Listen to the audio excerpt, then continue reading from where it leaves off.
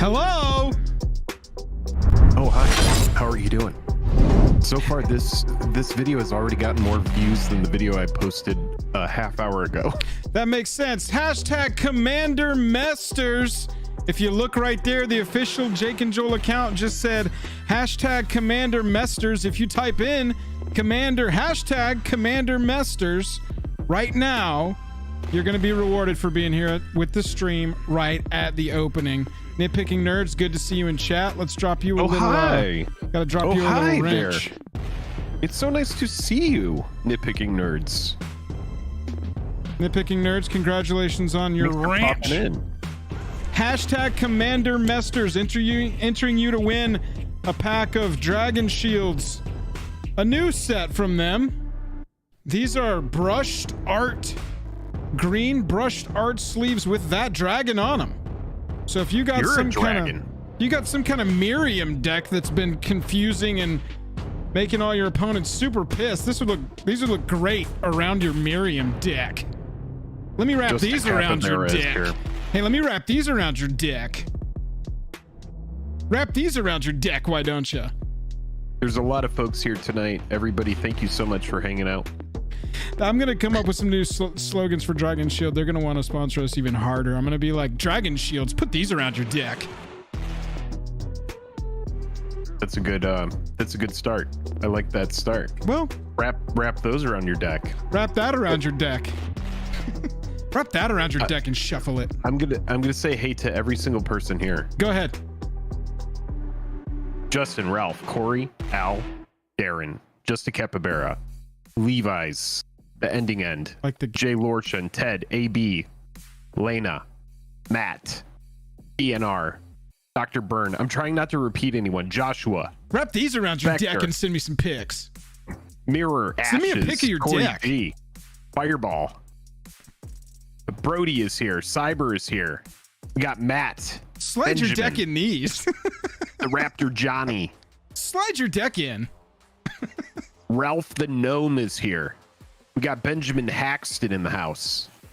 Oh no, now I'm at the oh god, I can't do all of Star these. Soul, This Max is- Fox, this is the Marcus, giveaway. Ralph, Samantha. See, Do I them started all. at the bottom. Get 'em Trent, all. Corn We got Dog, Star Soul. Majra, Giuseppe, J-Mo. Box. Oh, J-Mo's That's telling where me you to keep all stop, the good boxes. stop making deck puns. That was scary. Chat, what's up? How's everybody feeling about Commander Masters? Hashtag Commander here. Masters is going to enter you to win. You got a couple more seconds. Thanks everybody for being here at the beginning. Sometimes we like to drop a little Dragon Shield giveaway right there at the beginning. You could do this.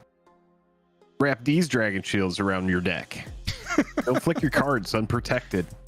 Thank you, Fat Ninja, with the good note. Put these on your deck before you flick it. We got T-Wolf here. Pack Opening Addict is here. What's up? We're going to go and run this. We're going to get into it. Y'all, thank you for joining us on a Wednesday. Carter Baskin, thank you for typing hashtag Commander Masters. You win the green sleeves, the brush darts. What I need you to do is DM me on Discord and say, hey, my name is Carter. This is my address. Ship those green sleeves to me, please, because I won them at the beginning of the Commander Masters stream. What's up, everybody? How's your Wednesday? Jake, how's your Wednesday going? Dude, pretty good. I've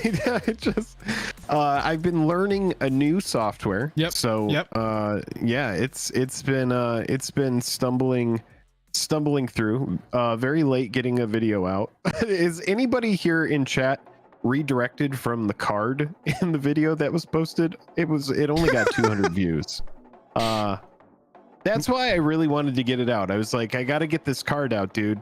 I have to get it. And yeah, it's been a day, but you know what? It's okay because it's a video that I enjoy and it's a video that brought me joy. Hell yeah. And I spent a lot of time. I spent a lot of time working on it. Right. And so it was just like one of those things where I was like, okay, I learned a lot with this, and it's just going to be one of those those videos that kind of just gets lost and forgotten about. It happens. Okay. But if you're learning something or you're developing a skill, I feel you, man. Yeah. I feel you. I felt the same thing. You know, been working on the gaming channel, trying to find like what even works over there, what I want to post over there. I'm going to just try a bunch of shit. And it's, you know, that's part of YouTube, honestly, is at a certain point, you got to hit publish on the thing and move to the next thing and use the lessons that you learned. So I get you, man. I feel you. Yeah. That is the struggle I feel on the daily. Well, it was like, because this draft environment is centered around Lord of the Rings, and there's so much like footage to pull from. Oh, that was like my you're favorite part of able that to, video was like cutting to the rock flying into the army once we attack. So you had lots of Lord of the Rings, like, but I mean, also that footage isn't exactly like archived and cataloged for you. Oh so yeah, you have to like, oh my god, scrub through hours of movies. It was a passion project for sure. Me trying to find like videos. I need a of shot of a boulder, Annie. Annie, you go to dinner without me. No, look, I think I'm about to Minas find the boulder shots. The Battle of Minas Tirith was actually quite fruitful. What I had trouble finding was footage of Mordor. I was like, and then I got into like I was like, well, what is Mordor? I was like, I know that it's a plot of land, and then I was like, well, is Isengard and Mordor, are they like part of their own thing? And then I started doing research on that, and then I'm like, Jake, Oh my God. your ADD is taking over. Stop researching about Mordor. So anyway, I'm pretty sure Mordor is just that's where Mount Doom is. That is where Mount Doom is. We do know that. And Sauron's tower. Isengard. Yeah, isn't Isengard and Sauron's tower? They're like right next to each other. For F's sake, man. I don't know, but you know, honestly, I feel like I'm not gonna be able to move on until we figure this out. Lord of the Rings map. I don't know what you Google.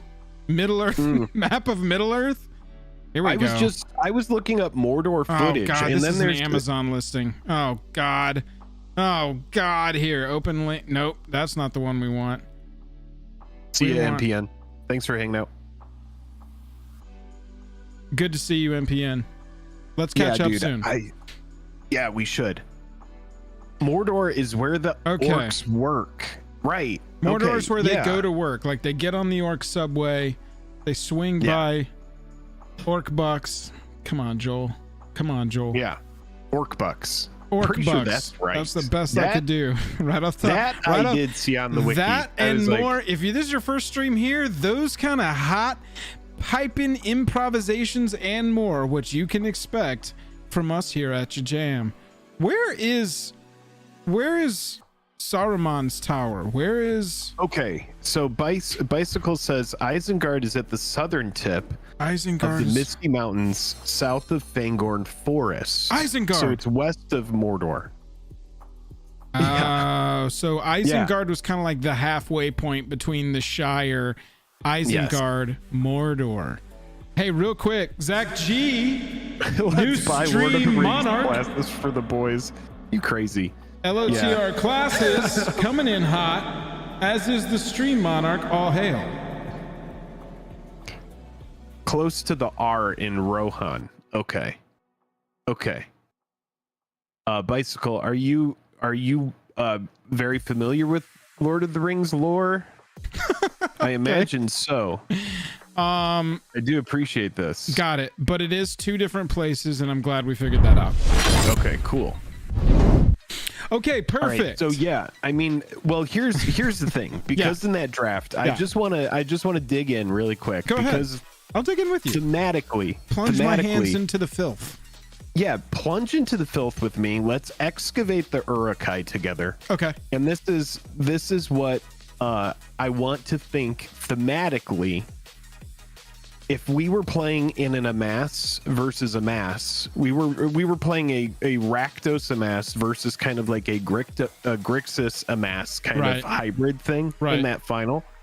So this makes me think that maybe like this would have been thematically just like some battle between some like orcs that would have happened in maybe Isengard or Mordor, and it wouldn't have even really involved any of like the Fellowship or any elves or anything like that, you know, because I mean, if it's just like two amass armies fighting each other, I mean, that would have had to have just happened. You know, like infighting. Infighting happens. Generals believe that they could.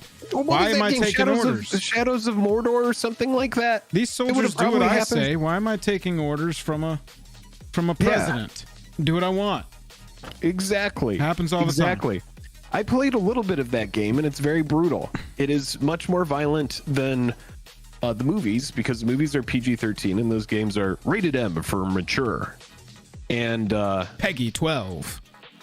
Yeah, and I just remember I just feel like every video game now starts with Peggy 26. I don't even know what that is. It's a video game thing. Oh. Y'all, has anybody seen any Commander Masters cards that gets them really jacked? Is anybody jacked? Is anybody juiced from any Commander Masters card? There's got to be some, right? There's some. You're looking at the list. Me and Jake go, oh. Most of them were like, oh my God, chat. Everybody's like, no, sleepy. Nope, none. Hate these. Get them out of here. The medallions. The medallions are cool. I know that we saw, you and I were just talking about it. We just saw Finale of Devastation. That's a big reprint. It's a pretty big reprint. Deadly Rollick kind of forecasts some stuff that we're going to see in the future. Yes. I would imagine. That's kind of a big deal. Deadly Rollick.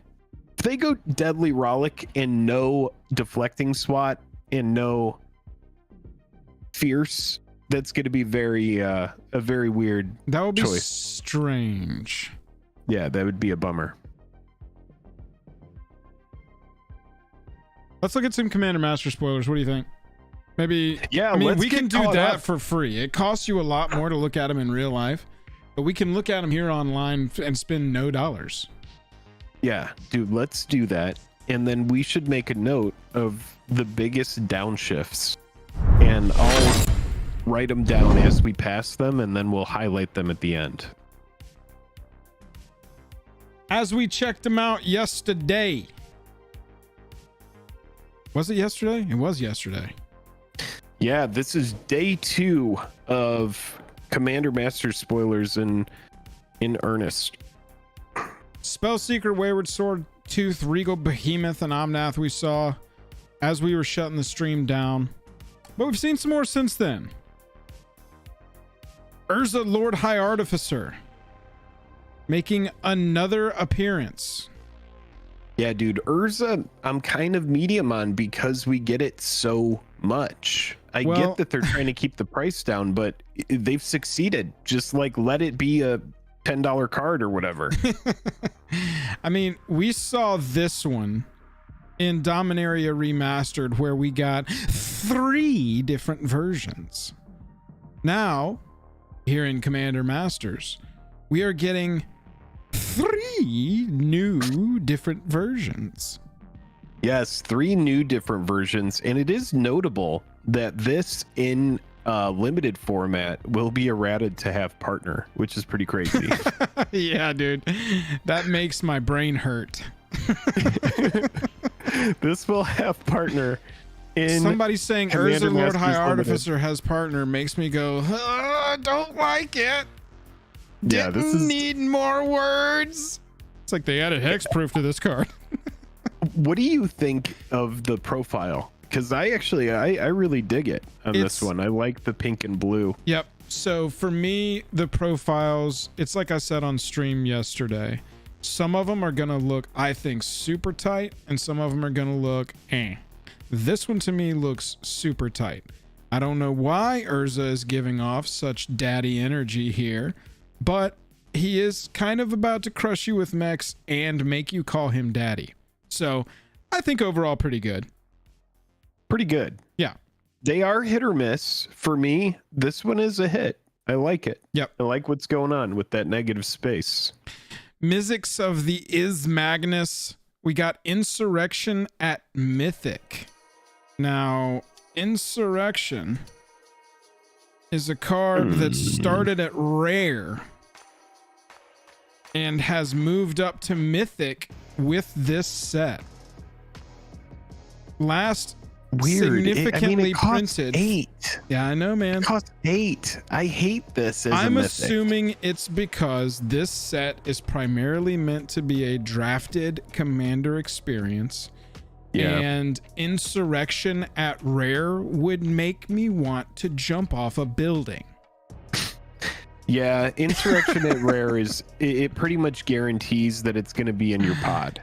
It's Oh my god, every game. But honestly, maybe more than one. Right. You know? Yeah. Okay. I kind of see what you're saying. I see what you're saying there. I mean, not a big value hit here. No, it's an $11 card at Mythic. It's not, the price isn't going to move too much on this one. I mean, look how tightly this spread is kept. It's an 8 cost sorcery. Right. To me, it's very, like, I know that there's ways to, abuse this and, get it out early and stuff. But for me, this is just a very fair card. I don't think it needed to be Mythic. It's funny. If you get this in your draft pool from a play side, you definitely should grab this because this is an absolute, at least eliminate one player. But from a value side, if you open a mythic and you get Insurrection base copy, you're like, damn it. Moving on. Whoa, really quick. Travis says, hi, Jake and Joel. Just got back to my apartment today to find a resealed Infinity Collector booster box courtesy of Prime Sales. My fault for not going to LGS. That is a risk. Amazon has that risk cooked That is in. pretty wild. How are you That is sure pretty that wild. it's resealed? What are your indicators on that? I'd love to hear what the kind of entire story was. Jake, we That's got Deadly interesting. Rollick. You mentioned Deadly Oh, Rollick. no Wizards logo on the package. Okay. Oh, there you go. I mean, I got my Dominaria United collector box in today because I have Prime, and it looks pretty good.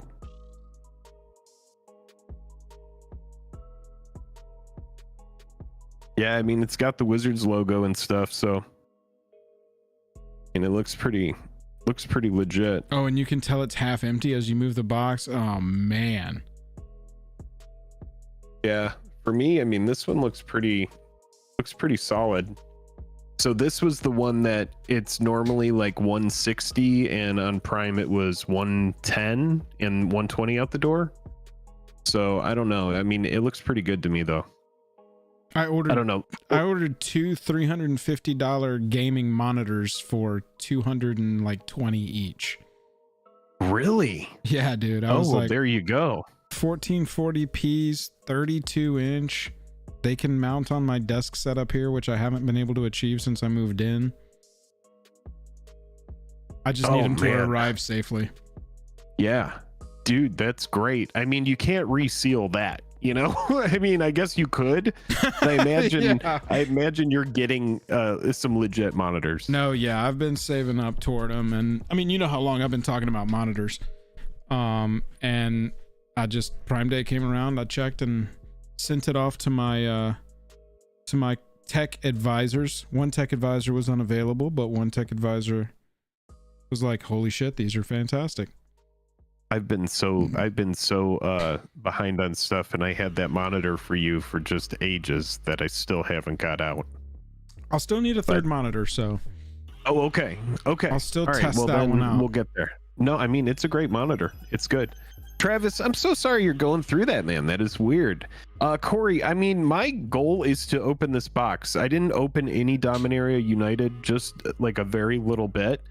And because the risk is so low and you got like Shieldred, my goal is to at least pull a Shieldred, and then I'm close to breaking even. Like I'll be like halfway there just with that one card, and then you can roll the dice on the Lost Legends. I've had decent. Travis, we'll catch you later. I've had Catch you decent. later. Thanks for swinging in. I've had decent customer protection experiences with Amazon, but some people have had some really bad experiences. But that's kind of customer service, right? Like you roll the dice every time you call them. You could call three different times in the day, get three different people, and one's going to be like passionate about helping you, and one's going to be like, I know I want to get off the phone as soon as possible. So yeah, it's kind of a mix. No, I mean, I don't think that most people are scamming on Amazon. You know, I don't know, but you know, those deals are very good. I see you know, Jake in chat saying got the Dominaria remastered draft for 100. That was a really good price too. So right, yeah, we'll see. Yeah, maybe I will open it on stream just in case there's any shenanigans. But I mean, it looks legit. It's got Wizards logo all over it. And this set was kind of forgotten about because they didn't include just the, you know, good Legends cards. There's some pretty mediocre ones that are included, and then there's no serialized anything in this product. So Deadly Rollick. yeah, Deadly Rollick. If you talk about control a this. commander, you may cast the spell without paying its mana cost. I mean, we've talked about this card and the cycle it comes from in multiple videos this year about how this was probably not the 6-month period where you wanted to be targeting and or purchasing them. And here we are. I love looking at this set and going, called it. But so many of these were so obvious that I'm just like, yeah, duh. We went to the room and we sorted by commander and talked about the expensive ones. And turns out that's what they're putting in here. And there's just not that many hits left. I don't know what I expected. You know, it's like the bird in the fridge, in the bag that says dead bird on it, and you open it up and you close it and you go, I don't know what I expected. Yeah. I mean, there's just nothing so to many reprint. cards. It's a big set. I think it would be fun for us to go back and look at our old videos where we said don't buy these and see, you know, what is even left on those lists. Yeah, because Capybara, after this set, Crypt is it. Yeah. Jake, thanks for joining the Token Creatures. We appreciate that additional support. It means a lot. You get our anthem, but we do have to sacrifice one of you at the beginning of our upkeep, so watch out. Marcus McLeod said, just looked on TCG, Urza profile's going for $2.99 pre-sale. If you pay that, we are going to laugh at you. Just publicly. We're going to find your picture, we're going to put it on stream, and me and Jake are going to laugh at you for 5 minutes straight. Wait, what is it? What did he say? The pre-sale of this card is $299. Oh no! Yes, we will do all of those things. Oh God! I wasn't being too extreme, Jake. Please don't. I was not being too extreme here. Wait, is it the textured? I don't know. $2.99. It better have a piece of Urza's fucking hair in it. Oh, $2.99. Oh, $2.99. Okay. Got it. You can pay $2.99. That can't be real. Oh God! You're welcome to pay $2.99. We're trying to run a tight ship here. All right, the first thing I got on my list of great downshifts is Torrential Gearhulk.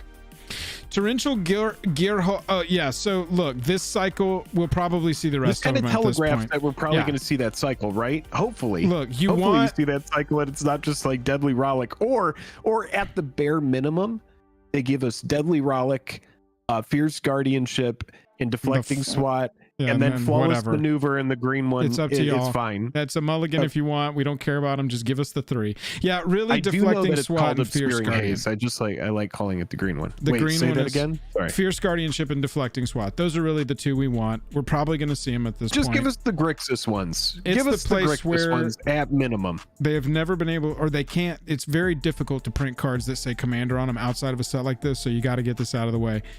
Oh, they're saying the green one is in. Chad is saying green one is in. Beautiful. You gotta forgive us, chat, because we're catching up. We've been busy today, and so we knew that these spoilers were going to start pumping. So we're kind of like catching up here in the moment. Live reaction. I haven't seen much. I've seen a couple things, but we're going through all of it now. New commander option here, Jake. Something called Yargle, Glutton of Urborg. 9/3. So interesting power toughness there. I think that not bad for 5. This could be a good commander one day. Torrential I would pair that with Urza, because do remember, chat. Yeah, Urza all of the monocolored legends and colorless legends. Urza and Yargle be errated for partner. Anybody on the Urza Yargle train? Just have that Yargle, dude. I mean, let's talk about that realistically. Like, say you want to go blue-black and you have a Yargle. Just like knowing that you have a 9/3 for 5 in the command zone, that's not that bad. Yeah, it's kind of silly. It's like, it's not the worst thing ever knowing that you have that. Isn't partner where they're both in the command zone, or partner where one needs to be in the deck? No, partner's where they're both in the command zone. Oh, they're both in the command zone. How does it work with Sam and Frodo? Are they both in the command zone? Yes, I believe so. Shit, I was playing where Sam was in the deck, and then when I played Frodo, I had to go fetch him. Y'all, we just started this MTG channel, so you're gonna have to forgive us. We're learning as we go here. Let's talk about Torrential Gearhulk, because this is one. Torrential. This has been a minute. Such an interesting card back when we first saw it in Kaladesh.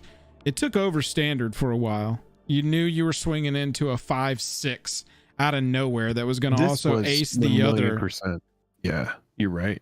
And so now here at rare, downshifted from mythic, this is a nice downshift, because suddenly in today's meta, this card isn't that strong in commander, and it's definitely not a mythic level effect when you have 3 opponents. 1-on-1, very strong. 4-player free for all, not at all. And I think that people just like our discussion with Insurrection, people aren't giving enough thought to the fact that this is designed to be a draftable commander experience first, and also have some reprints to drive sales. Torrential Gearhulk is kind of a lesson in if a card is performing in standard and no other format wants it, make sure you get out before, unless you want to keep those Torrential Gearhulks because you just love them, make sure you sell them before they rotate out of standard. $2 rare, not a lot Jeez. to be super excited about there. Nesting Dragon is a no value rare, but it will be good if this is the one. I need to read it in English so I understand how the $100 for words draft. are. Is that real? I don't think that's real, chat. Yeah, this is the one. This card, if you have the opportunity to draft this in Commander Masters, a flying 5/4 for 5 that can go wide every single landfall. Oh my god. Brutal. In this meta is going to be so strong because then those things die and turn into 2/2 flyers, which is going to what's going to win you the game. So this card will win games by itself. Yep. Only ever seen in Commander 2018, but you can see the price tag.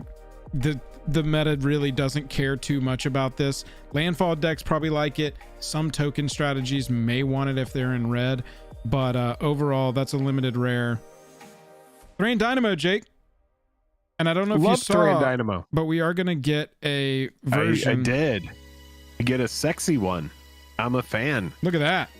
It's pretty cool. New Thrain Dynamo. Like Yeah, I like pretty the color sweet. palette. Yeah. It's like oranges and purples. Yeah, it's pretty sweet. I'm a fan. I want to look at I like Lucac's stuff work. like this. I'm fine with all of it. Yeah. I'm fine with any sort of mana drain. Yeah, okay, cool. I was gonna say you may recognize this artist, but you may not even realize that you do know this artist. Lots of iconic cards here. Lots of iconic looking the Dynamo cards. pays for itself. Essentially, you play it, and then if you have something to do that costs 3, you just cast it immediately, and then next turn you're going big. I love Dynamo, Jake just but really loves Mana Rocks. I do love Mana Rocks, but it is a card that for sure is a target because that is a big Mana Rock. Fiery Confluence Monolith here. Nope, always been a rare, and it's reprinted a lot. It's a good card though. Shows good up in card. Commander decks, but yeah, I mean it's just no value. Yeah, No value there. Chromatic Lantern is the same. Chromatic Mortal Lantern. Sun is good. I don't know why with Chromatic Lantern we just can't seem to get away from this art. Even when it's a sketch, it's this art. We've gotten it in Secret Layers. 40k got us a new version, obviously the masterpiece, but yeah, at this point, great card. It's been printed a ton of times, and it even showed up in the Lord of the Rings precons. So we'll get the etched version here. This is the one etched version you'll be able to get, but in general, $3 rare. Immortal Sun. Now, was this a mythic? Big hit. $20 mythic in Rivals of Ixalan. Always a mythic. You got the promo that's around $40, but the base copy is $20. And yeah, this will probably see an adjustment in price, but because this card is because the set is very expensive, don't expect like a massive adjustment on mythic prices of cards because those will get soaked up by players that don't have them. So my guess for this would be goes between, it could go down to 15 easily, maybe even less than 15. Yeah, maybe even less than 15 because the thing is that mythic, that indicates that we will potentially get a borderless version of it. Yeah, possibly and so. We'll get 3 versions of Immortal Sun, and so we're just seeing the etched here, but could definitely see it. Classic Commander card, one of my favorite decks. Ghoul Collar Classic. Kindred Dominance. This one's cool. This Dominance cycle. No, the Kindred cycle. These came out 17. Yeah, Commander 2017. They've all needed reprints since then, except for Kindred Discovery, which we had seen pop up. Was Kindred Dominance in the dude, this was in the Edgar Markov deck, wasn't it? Not 100% on that, on where it popped up on 17. That was a big year for those decks, Joel. I remember you got the Edgar Markov deck and I got the Wizards deck, and that was a big year, dude. Like, look at that Edgar Markov deck. That deck sat on shelves for $35 or like $25, whatever commander decks were at the time. And yeah, no, look Markov at how, had Boone. Oh, that had Boone. So Dominance would have been in. God, who knows? It would have maybe been in Wizards, Arcane Wizardry. Yep. Oh, so that was actually in the deck that I got. That thank deck you, was DJ Nicholas.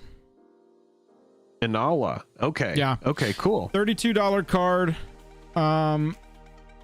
You know, this is the kind of card that, like we were saying a week ago, we were saying it too late at that point. But these are the kind of cards that you want to watch in your collection. Why are they expensive? How many sets do they have? Is it good for Commander? But it is a pretty sexy, if you are in a tribe deck that is in black, that is a good card to be running. That is, it's a Plague Wind, baby. In Plague Wind, it costs what, like 9? I don't even remember. Destroy all creatures you don't control. Got the Baxa art on it as well. New cool take on it there. 9. Yeah, Plague Wind 9. Yeah. So it's a better Plague Wind for creatures of a chosen type. Yeah, good. Oh, and Joel, did you call Orin Frostfang? Many times. This is one of those broken clocks right twice a day. This one absolutely has needed a reprint. You were right. Oh my God. So many cards on our list have been printed in 5 months, dude. We pretty much called like every card that we've picked to it's easy when their strategy becomes take the expensive cards and reprint them. Just do it. Just do it. Just do it. I know. I'm just saying. I'm just saying. But this is a good hit, and a lot of people have been saying this in comments. A lot of people have been saying, look out for Secret Lair products telegraphing what is going to be reprinted in the future. Look out for that, because it's like they put it there and then they pump it out in earnest afterwards in a set that isn't exclusive like Secret Lair. Jake with the $2 says, any Jeweled Lotus price adjustment predictions? I think Jeweled Lotus, I mean, it depends on how big the set is. Depends on yeah, we can wrap back around to Jeweled Lotus. I'll pull it up. I think Jeweled Lotus could be a $75 card. Frostfang at rare. Glad they left it there. Good to see that one again. Experiment Crag is less than $1. Nekusar. Nekusar downshift. That's a downshift, right? Pretty sure that is. Yeah, but I mean, it was mythic because it was in the Commander. Yeah. I'm just going to make a note about it. Commander Legends, $5 card. Oh, in Commander Legends, they printed it at Mythic, though? Yeah. So downshift from since then. Okay. Okay, cool. Here's the green one. There it is. Obscuring Haze. We got it. We got it. We did it. Yes. We were right. We did it. Yeah, Grand Abolisher, if it showed up in a Secret Lair, it's probably going to show up somewhere soon. Here's Commandeer to make all your friends hate you. Shout out to Obscuring Haze. Don't need mana to cast it. I don't think that this one... $20. I thought that this one had not had a reprint. You got to get the Cold Snap version if you want it. So this is the first reprint of this. $20 though. You can see it's a strong effect, but it's not breaking any banks. It's having only one card. It's such a sweaty effect. Like, what format wants this? CEDH? Well, it's I mean, if you're trying to make your theme steal things, this is a definite play. Yeah, I mean, in a babysitter deck and two-headed giant, it's kind of nice. Take their enchantment. You know, if they cast what's that 5-mana enchantment Saga that starts as an exile on something big? She goes to hell or whatever. Elspeth goes to hell. I don't know what it's called. Yeah. You know, yoinking an enchantment like that could be pretty sweet. Get a Saga. Elspeth conquers death. Thank you. Goes to hell is a first turn steal. Yeah, right. Oh, they want it because of Adnaz. Got it. You can Okay. exile 2 blue cards from your hand, so you don't even have to worry about the fact that this costs 7. Okay, And you're playing blue, so refill. I don't know. It's an interesting reprint only because it is an interesting reprint. It falls so tightly in our little niche of super scarce, strong effect, but it's only $20. And so it's kind of a strange oddity in this entire discussion that we always have, right? I see this as probably going to $10, and then the special versions, if they do make some like alternate art version, maybe players splash for those. But yeah, I see that card just getting nuked in price. You know what's crazy is they had John Matson's art sitting around, and they were just like, "Yeah, let's just use that." Cold Snaps from what year did this? Why the hell out? not? 2006. Why the hell not?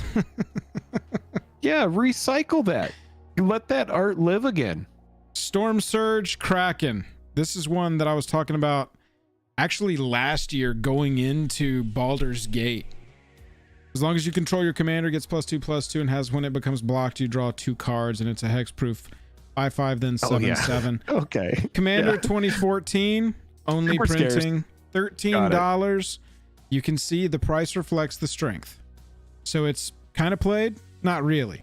But dude, if you're building a Kraken deck, you definitely want it. Yeah, but this doesn't have trample. Wizards of the Coast hates hexproof. They hate it because I mean that's why they're turning it into ward. Right.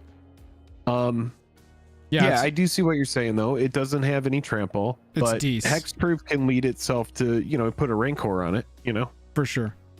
Yeah. Throw a Rancor on it. Throw a Rancor on it, baby. Big reprint here. Finale of With Devastation. an armored ascension on a Golden Glow Moth, Yeah, absolutely. That sometimes is the best way to go. Let's go with Finale of Devastation. Mythic to Mythic. Whoa. This card has $40 card, $50. Oh, yeah. Well, it's a finishing. It's a finishing blow.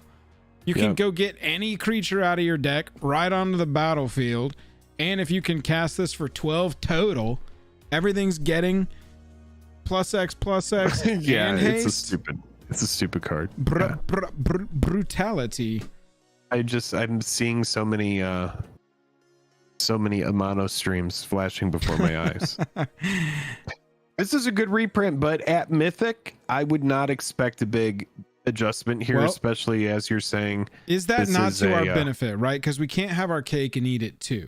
We complain about so far the set is Mesters because it's not giving us a lot of high value reprints. But then we're like, oh, this is at Mythic. It's not really going to move the price. Good. This version in foil is going to have some value. And so there are going to be some hits in this set that you can go, holy shit, I got the foil full art Finale of Devastation. Thank God I didn't open up Experimental Kraj. Yeah. Yeah, exactly. Finale of Devastation, I like it a lot. I'm going to put that on a list of best reprints. Experimental Kraj? Yeah, Experimental Kraj. That big old Simic. Put it in Momer Vig. Yeah, dude. Tap it and put a +1/+1 counter on a creature. I love seeing that. This is one that I really like. I don't think it's going to get a big adjustment, Ben. I think you're safe holding on to your finales, especially with the OG there. Galta. That's about all we have to say about that one. Godo, Bandit Warlord, CEDH Commander. Okay. Fun time here. It'd be sweet if they put in Helm of the Host in this set and put a CEDH combo into the set. But you're not going to have the fast mana, right? Like, if you're not familiar, Godo, ETBs, you go get an equipment right onto the battlefield. And you give it haste and you make sure everything's good to go. And then you just attack over and over again, because when it attacks for the first time with the Helm of the Host, it creates a copy, and technically that one's attacking for the first time. And you can just infinitely swing out and kill your opponents that way. But the hugest part of Godo is that it runs like literally every mana rock that it possibly can, because it wants to get Godo out on like turn 1 or 2 if possible. And that's a 6 mana commander. So I just think it'd be fun. I think it'd be neat. This, for me, I'm seeing a lot of bulk. Oh, dude. Joel. Imagine you open a ton of boom bulk. pile, dude. Boom pile I at was just rare. gonna say, there's gonna be someone that buys a pack and they get a Godo boom pile Dude. pack, and those are their 2 rares in the pack, and that's just you know, taking a $20 loss. At least Godo's worth $5 for now. for now. Yeah. I mean, it's for now. Yeah. But yeah, I mean, when you think about it like that, it's like I'm seeing a lot of high risk here, and I think when certain people aren't part of, you know, the development of picking, you know, good quality cards. I mean, I get that they're trying to preserve reprint equity, but it's very hard for me to feel any sort of FOMO toward this. I mean, I'm pretty much already thinking about, okay, I'll just wait for an Amazon Prime deal and buy, Seriously, you know, one of these when it's cheaper or something like that. You know, I just know that that's going to happen again, especially as more and more players get to this point where they're kind of like waking up to like, oh, wait a minute, I can actually wait. And if I end up waiting for a very long time, the cards still aren't rebounding in price. I mean, certain cards will. If they print a doubling season, or if they print a staple, like, for example, Heroic Intervention, I mean, they've printed this card so many times at this point, but when they print staples that people need, sure, those cards will see an adjustment. Maybe they get soaked up and it starts trending back upward. But I think it's just like, it's so easy these days to just like be patient and just wait it out. this is Unless you need the card for a tournament or something. This is Pressing. misleading because this card has only been in Aether Revolt and M21. We did get different versions, but like this is pre-release. This is the Planeswalker like reward pack for participating. So it really only got 2 versions in that set, 1 version in this set, and then it got printed into Precon, and then a Precon. But these were years apart, or a year apart. Yeah. And so looking at Heroic Intervention, it's actually a decent hit at rare, and I bet that etched is going to hold some value. You know, greater than $10 rare that has had availability over the last 2 years via go to Target and buy the Precon. And so I think that is one where I'm like, hell yeah, at least we got a rare to hit that's pretty decent. Bob says, high risk. How would you rate Commander Masters at this point in the pre-release cycle compared to Double Masters 22 at the same point in its pre-release cycle? I think Double Masters, we had seen some more impressive hits, and I think a lot of people were salivating over those textured foils. And now those are kind of old hat because we are able to look back on those textured foils and just kind of see how that panned out. And then we're also having to look back on it with the knowledge of how serialized cards have affected things. So I don't know. I mean, I'm just seeing so many rares that are either middling or we can see that they're going to tank in price, you know? Rishkar at least is not a rare. Has been a rare up to this point, downshifted to uncommon. Oh, Rishkar downshift to uncommon. Yeah, so a new option for your there's probably some commander variant where it's like uncommon legend, all commons in the deck. That's probably a thing, right? Artisan, is that a thing? Piana, so. Nomad Captain. It's got to be something. Everything is something. Piana hasn't been reprinted since Odyssey. Was a rare in Odyssey. Downshifted to uncommon in Commander Masters. Okay. 50-cent rare that has never been reprinted except from Odyssey. If that tells you anything about the value here. You know what we should do, Joel? We should make a pauper deck with all of these pauper downshifts in the spirit of this set. We should do like one of those pauper leagues sometime. Yeah, just for complete, sure. Tangent. Ulamog's Crusher. Always been a common. I can remember if that was an uncommon or a common. Rogue's Passage, Battle Screech, Caryatid, Hawk, Kurtar's Wrath. This was a rare, I'm pretty sure. Yeah. Rare from Odyssey. 2013 Anthology Crimson Vow Commander. If you picked up the Crimson Vow Commander decks, downshifted to uncommon. Elite Scale Guard, good for your +1/+1 counter decks. The rare land cycle for the set. I'm just kidding. These aren't the rare land cycle. These are the commons, but they do enter the battlefield tapped. Eminatus. Yep. Jake, you want to pull up the stats on this one and we can talk about this one? I'll hit these three real fast. Sure.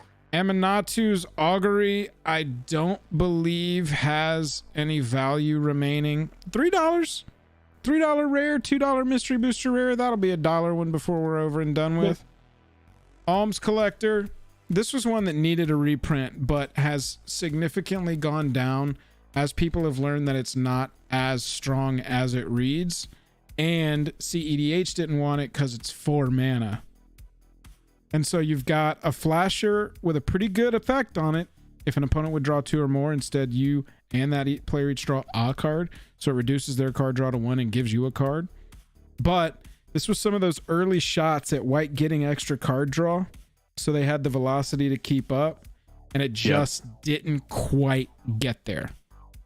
Then we've got an elemental. Out. This is super a draft card here. What is it called again? Ashling the Pilgrim. That's right. Ashling can go infinite if you've got mana to pump Ashling infinitely. Oh, okay. Basically. Yep. But no value. No value here. No, this as isn't far the as infinite money combo, goes. because if this is the third time it's resolved this turn, you can't do it again. Yeah, it's just it's so that the draft environment is healthy. Right. And then we get to a rare that actually matters. Yeah, this is a good one. $30 rare. This is a card that always gets soaked up because casual players and sweaty players want it alike. And it's also played outside of Commander. It is a great Commander card, but it has other application as well. So that is where it really thrives. So yeah, $30 card. I would expect this to be one of those things where it comes out and might see a dip in price, and then those copies just get soaked up. Or we see this sometimes. Put on your tinfoil hat, but get it on there. Rares, there are rares that are actually rare, and then there are rares. Looking at you, Fiery Justice. Oh, don't call me Fiery Justice in front of everybody.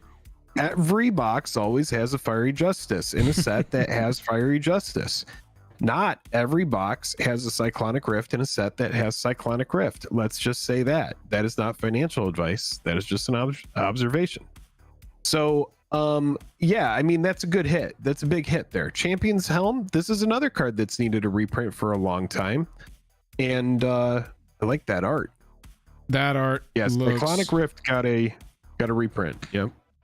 Yep. Cyclonic Rift. Yeah, because the Champion's Helm, we can't really look at the masterpiece and say, oh yeah, that's a meaningful reprint. That was very rare to find. I'm actually surprised that the price on that is so low, given that those cards were actually hard to come by. It's clunky because the creature has to be legendary. Otherwise, it's just 2/2 on a creature, which sometimes is a bink bonk, and you want it to be a tank of a card. But then you're like, I guess I'll give my 1/1+2/2 and pass. Right. That's just what it comes down to sometimes. But that's true. It can be a good card. It can be a good card. Hexproof on your commanders. Excellente. Equip of 1. Even Excellentaire. So we'll take it. Angelic Field Marshal is a lot like Storm Surge Kraken. Same set. Okay. 2014. It's got Lieutenant. As long as you control your commander gets +2/+2, which we don't care about, but we do care about all creatures have Vigi. Not bad. big adjustment in pricing coming for this card. Massive. Storm Surge and Angelic. It's very fair, very reasonable, and just super scarce. Any of these cards that say Lieutenant that are getting reprinted in this, you're going to be able to pick these up for dollars. Yeah. Dollars for sure. Hey, really quick, chat. We have 600 people watching. That's absolutely crazy for one of our Wednesday streams. Thank you so much for hanging out. If you are enjoying the stream, consider liking the video and subscribing. That really helps us out more more ways than just signing you up for the next video. So thank you all for spending your time with us tonight. Let's make it a goal to get 369 likes. I think we can do that. 369. Let's go. Another Commander 2014 card getting reprinted. One of the face commanders. $7 out of scarcity. It's going to go down, especially because this is at rare now. So ooh, I see a downshift. Okay. Nixilus of the Black Oath being downshifted. That was rare as well. Yep. Obnix downshifted and Star of Extinction downshifted. This is another one. I think that they don't really care about the equity of this card. I mean, look, it's a $2 card. But to exactly your point, has been downshifted from mythic to rare because oh my goodness gracious, that's gonna be great in limited. If you get that, dude, play red. Just play red and play around knowing that you have that, dude. Yeah, I mean oh baby, that's very good. That is very good. Sloppy, good to see you. Yeah, one of my main complaints about the Commander Legends draft environment was how dirtily it got and how heavily valued in drafts because of that flying creatures were, or trampling creatures were with big powers. But even then, tramplings, they could just amass a ton of little tokens on the battlefield and block it down. And so it was like flying removal was super low. There wasn't enough board wipe in the environment and that led to boards absolutely getting insane. And so seeing Star of Extinction at an available rarity, Supremo. Huge fan of that. Card. I love this card as well because it's one of those cards where you can deal damage to your stuff and have that damage be reverberated onto your opponents. So it's like, it's a really good card with stuff like any of those stuffy doll, creepy doll type things. Duretti, nothing. Mystic Confluence, I don't think has any value left. Duretti down to rare? Duretti, oh yeah, Mystic Confluence destroyed. Duretti is at rare from Mythic. Mystic Confluence price is destroyed now. Savage Beating, before we talk about the good one on this list, Savage Beating is a Dark Steel instant that is $20. This was featured heavily in this was featured in a Professor video, and that made this price fly off the handle. We also did a short. Yeah, I did a short on it well. right around the same time, and that has just made this card go nutso. But it's just super, super scarce, and we have said so many times, this one, the moment it gets reprinted, say goodbye to the price. So definitely needed a reprint. I completely agree with you, Tyler. I don't think anybody cares. I don't think anybody was sitting on 30 copies of Savage Beating. If you were, shame on you, and you should have got out ages ago. You deserve a Savage Beating. Yeah.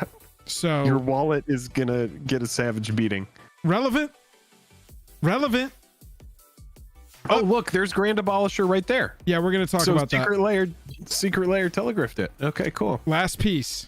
They made it mythic. That was an upshift.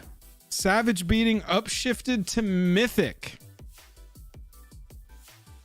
Maybe this is too easy to like go infinite with in the meta. Maybe there's a couple of enablers on this, but there's not a lot of like enablers at large. So I can't imagine. Probably double strike at instant speed is just a little much.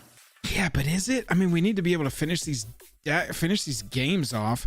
In I don't limited, know. double strike at instant speed is just an amazingly modal thing that you can do, because you can essentially give your team first strike even if it's not your attacking moment, you know, like give them all first strike, take out your opponent's board, or you can do a blowout in response to no damage blocked.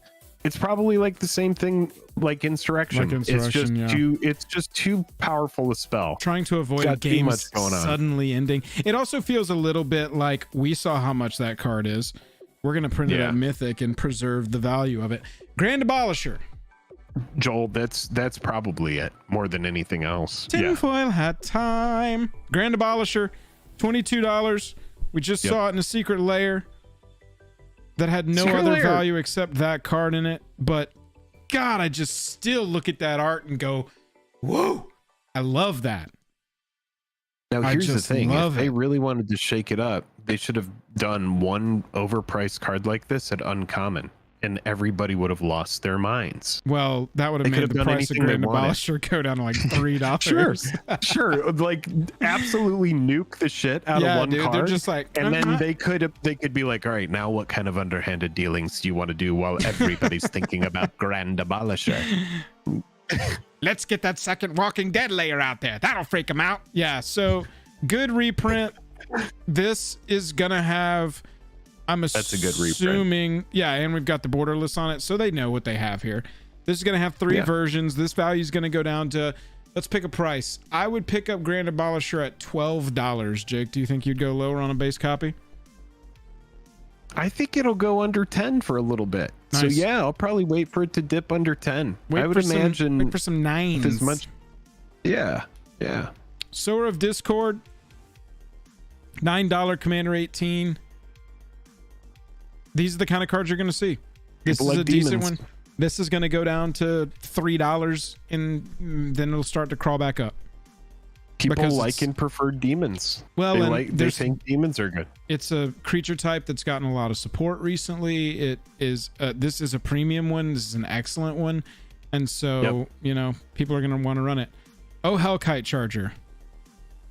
Hellkite Charger. I mean, this is a card that does go infinite in certain situations, and I'm gonna give it's Charger a little not a scratch lot of behind the ear. value here. Not a lot of value, but Flying Haste in limited for me, I am into Bro, this. in limited, this I is love awesome. this. This And then when used you to be untap like with it, if they let you untap with it, you win the game. That's This pretty much how it goes. used to be the absolute cracker in OG EDH. Yeah, And man. it just kind of slowly started getting phased out. We've been playing this card since Zendikar. It's a fun one. Not a lot of strength in you know, just straight up Commander nowadays, but it can still be a relevant piece. No value at all, though. You're right.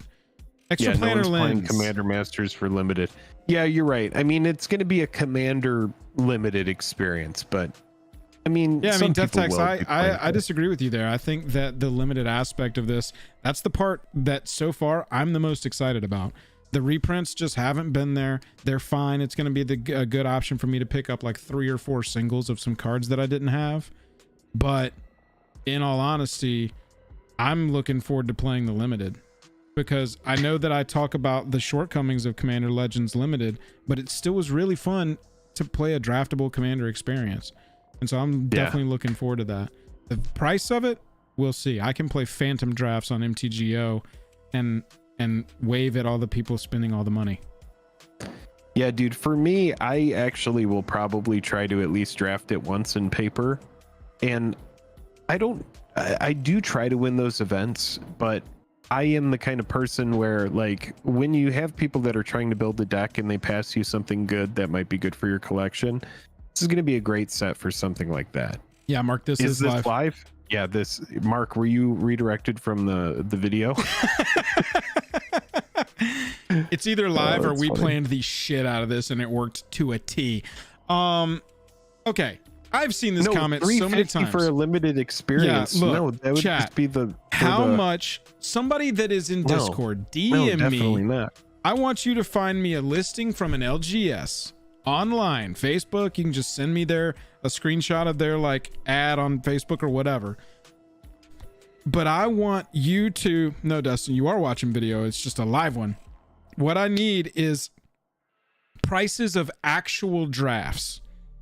I want to see prices of actual Commander Masters drafts advertised at your LGS or an LGS you've seen or something you can find online. I want to would see pay what people are for it. $50.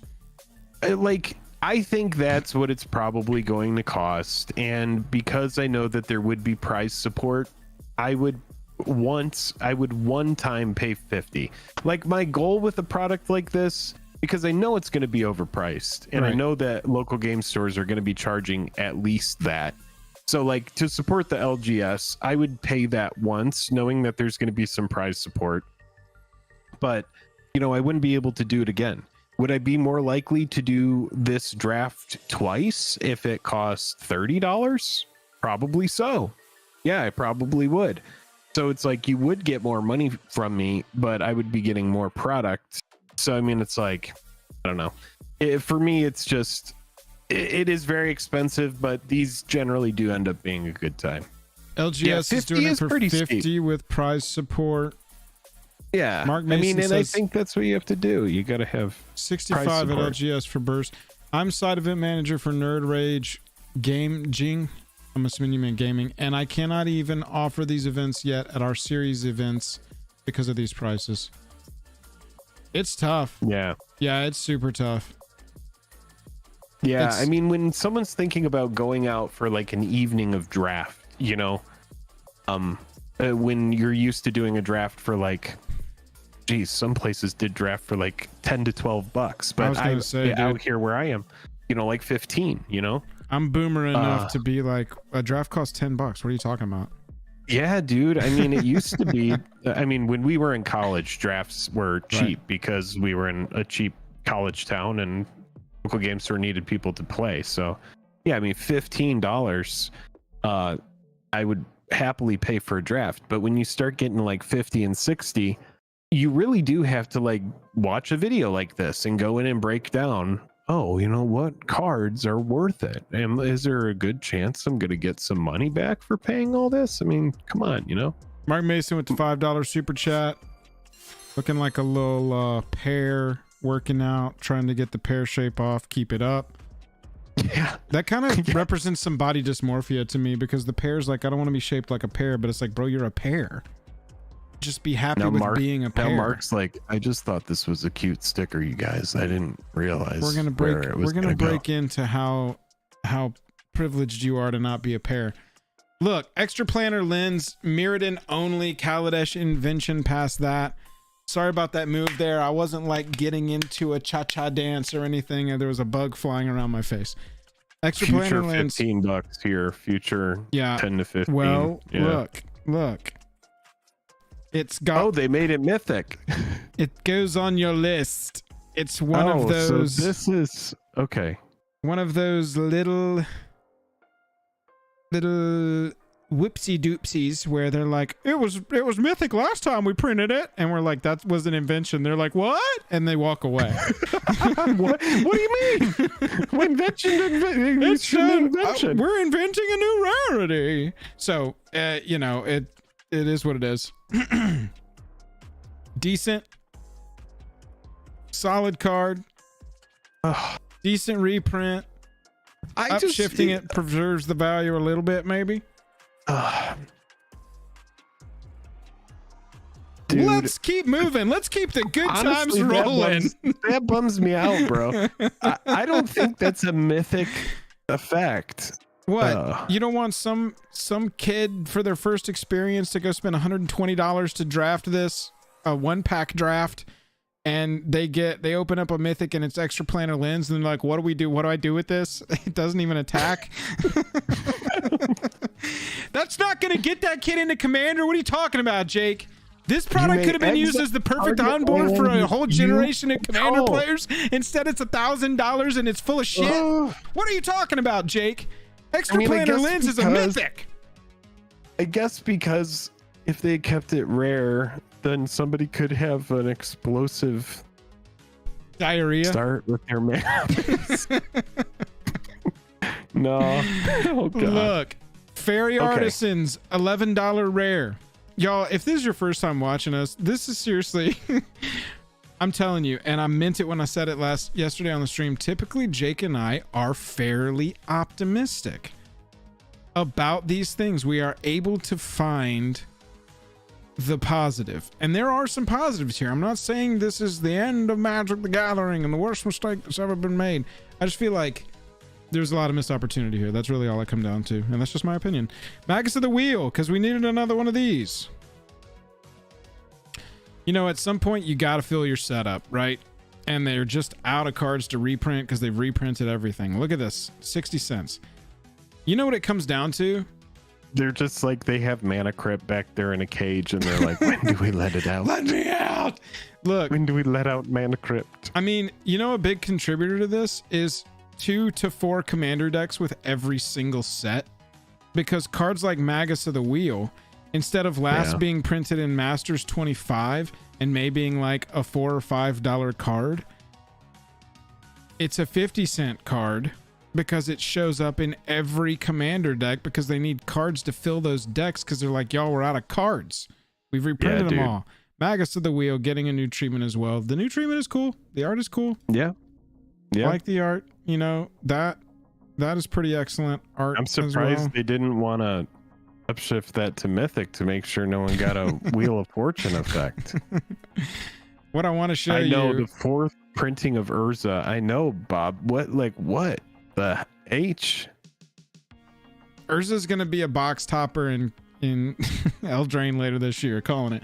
Neheb the Eternal. We have to do a secret layer of Urza, but we can't let Urza get too pricey because eventually we want to do an Urza secret layer with Urza incubator. Jake, like, hang on. I want to talk about a $15, a Mythic that's over $15. Well, this one, yeah, man. Did they keep it at Mythic or did they move it down? They kept it in Mythic. Oh, that's a good card. Okay, Neheb is a good. Neheb the Eternal reprint. Getting a reprint at Mythic. $19. Only ever been in Hour of Devastation. Was it a good opportunity for us to get another piece of this? Absolutely. That's going to be my only drum I bang this entire preview season is why didn't we at least get one new piece of art for any of these cards? And some of them they did. The borderless stuff is all cool. But Mythic that's over $15. Not bad. Solid inclusion there. Commons. Pop in? Oh, Lance is here. Yeah, Kyler and I saw him a while ago. Oh, what's up? What's up, Lance? Wake the Dead. This is not a card that I am familiar with. And so Rory says, I want to hear more about the Urza-centric set. Oh, it's a Commander 2014 only card. X instant spell only during combat on an opponent's turn. Return X target creature cards from your graveyard to the battlefield, sack them at the beginning of the next end step. This card is pretty good, and I've never seen this card before. Every single day, chat, there is a new MTG card. That is from this is pretty sweet. I mean, it's kind of like if you want a big line of blockers, if you're playing some sort of like crazy. Well, any aristocrat strategy, any death touch strategy, any. Yeah, I mean, anything for dice triggers. 2 black, 2 other, and then I can flash in. I can cast this spell, return 2 big things from my graveyard to the battlefield. Then we can do a restoration angel and a ephemerate, and I can keep them, right? Yeah. So, Judge in chat, wherever you are, Judge in chat, please help me with this. If I pass through my combat without attacking, did priority go back to them at a time that can be considered only during combat? Because you get at the beginning of combat, priority passes around the table, like moving to combat step, but I'm not exactly sure when pinpointed that is happening. If that's happening before or during combat, when that pass around the table of priority happens. Yes, end step of... Okay, so at the end step of combat, it's going to pass around again, and then that is considered during combat. Got it. Okay, excellent. Thank you, judges in chat. So, at the very least, you're not going to be locked out of playing this. My least favorite part about this card, and I know we're analyzing a card from 2014 like it's brand new, but it's brand new to me, so I'm going to analyze it. A big downer on this one would be if you never got to play it, right? Because it is super restrictive in that you can't play it on your turn and get the benefits from it. Like, say you've set up a big aristocrats line of a bunch of different triggers on deaths, and you can pump 8 into this and cast it for 10, return 8, they all die, all those things trigger 8 times. That could win you the game. But it's got to be an opponent's turn. I still think this card is good. I like this card. I can't believe I've never seen it. Clyde says, wait, this card might be the ticket for finally breaking Protean Hulk. Yeah, we need to break. I think Protean we'll get Hulk. There. I think we'll get there, and it's Wake of the Dead that's going to get us there. Wretched Confluence, I don't think ever even had any value. No, $1. No. Avatar of Slaughter. Is that a Lorthos? Jeez. This one's been around for a long time. Commander 2011 brought us those. No value. This is the kind of card that'll get a game done, though. Don't be afraid to pack this effect, even though it is unilateral. Don't be afraid to pack this effect, because at least it'll get the game done. Was this ever mythic or always rare? Rare. Okay.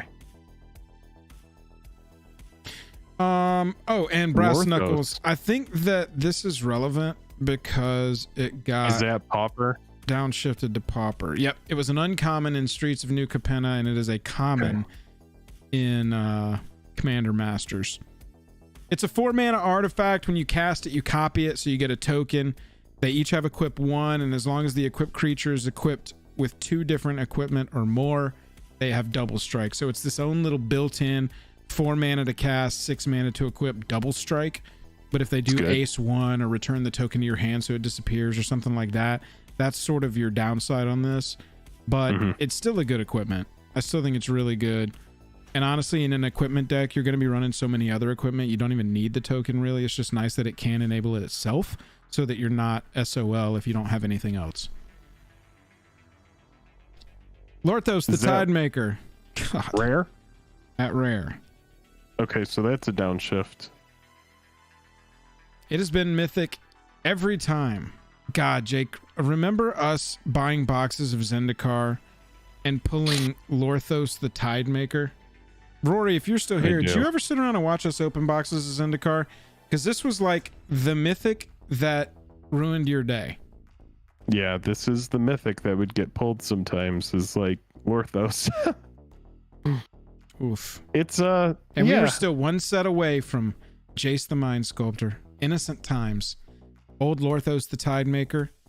Me looking at this in my binder in college going, do you think I could make this work? And then Dom bringing some shenanigans. You may pay 8 if you do. 8 target permanents. I mean, in limited, this is going to be a dope card, and especially at rare, it's, you know, it's not that bad of a pull. Yeah, I mean, if you get to it. If you get to it. What sucks is it has no evasion, it has no nothing, so you just pay 8 for an 8/8. Yeah, it makes sense that it's a rare. All right, so I called this one, chat. This was in our stream last week as cards not to buy right now. Oh, Rory said, oh yeah, I watched that, and I was wondering, what are these guys ever going to do with Magic? Yeah, to be fair, at that time, I didn't think it was going to be such a huge part of our lives. It was a big part of our lives. So Archfiend of Despair, that was not downshifted, right? That is just Archfiend of Despair remains at Mythic. This is a strong effect. Unilateral opponents can't gain life is very strong. In the beginning, it's also got what's the name of the enchantment? Pain Reflection? Wound Reflection? Yep. Wound Reflection on a stick. Yep. Really good. Said it last week. It's a Battle Bond card. It's a your opponent's card. Hasn't been reprinted anywhere since Battle Bond. I know that Battle Bond's been on their mind lately, and so it costs so much. It's like such a Jake, heavy 8 cost. You are never casting this for its mana. You reanimate it. You are reanimating this. You are exhuming this. You are reanimating this. There is no way you're casting this for 8 unless shit got dire. Braids, Conjurer Adept. Cool, man. Minds Aglow. I think this has not been reprinted in a time. If only I knew back then that Jake and Joel are magic. Oh, Minds Aglow. Okay. All right. 11 and 16 reprints. It's a Join Forces card. It's a big draw spell. Lifeblood Hydra. Lifeblood Hydra. This was a card I was not familiar with. 2014. It's these Commander 20. Did I just skip that year of Commander maybe? I bought one deck that year, and I bought the red deck, which is why I have the red medallion. You're ready? Yep, I have that one. This one has obviously needed a reprint. It's been 9 years since we saw this card. It's $12. Let's read the effect since it's new to me. Green, green, green, X. Trampler enters the battlefield with X +1/+1 counters on it. So 5 mana for a 2/2 Trampler ish. When it dies, you gain life and draw cards equal to its power. That's pretty cool. So you can like feel decently safe dumping all your money and mana and tapping out into this, because if it does die, you're going to refill your hand, and hopefully you don't lose that turn. Maybe you draw the green fog that's free, and at that point you're like, aha, Jake and Joel made so much fun of the green one, and here I am winning with it and my lifeblood Hydra. I feel bad for that Hydra. It has lost 2 of its heads. Well, every time you cut off one head, 2 more grow in its place, so it just gains more friends as it loses heads. All right. Joel Rail, one of the cards bearing my name. Joel Rail, Joel Rail, Joel Rail, Joel Rail. All right, so now we have gone from Joel Rail back to Joel into Jolene by Dolly Parton. That's right. And then back around to Joel Rail to sing the song. Yes. Yes, you put that I just together correctly. wanted to navigate that, see if I got there. Navigated it perfectly. This is another card that we saw in Dominaria Remastered, dude. Yeah, man, this needed a reprint. I'm begging of you, please draw a second card. Look, they needed to reprint this, and I'm happy that they did. Oh man, thank God for Joel Rail. For that healthy limited environment.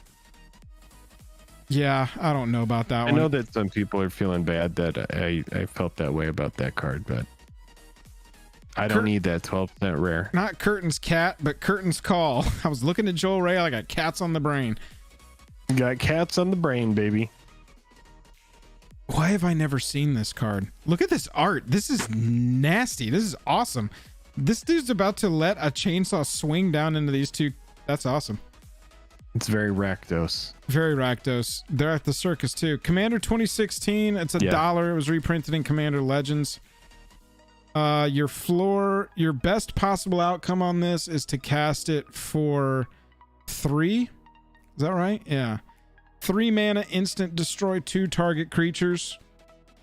If you get this in your opening hand, you're feeling good. If you're top decking this on turn 11, you're not feeling as good. Yeah. I still can't get over the art. I feel like I'm internalizing the art. We need to move on. Okay, let's move on. Curtain's Call. And then another Azami Lady of Scrolls.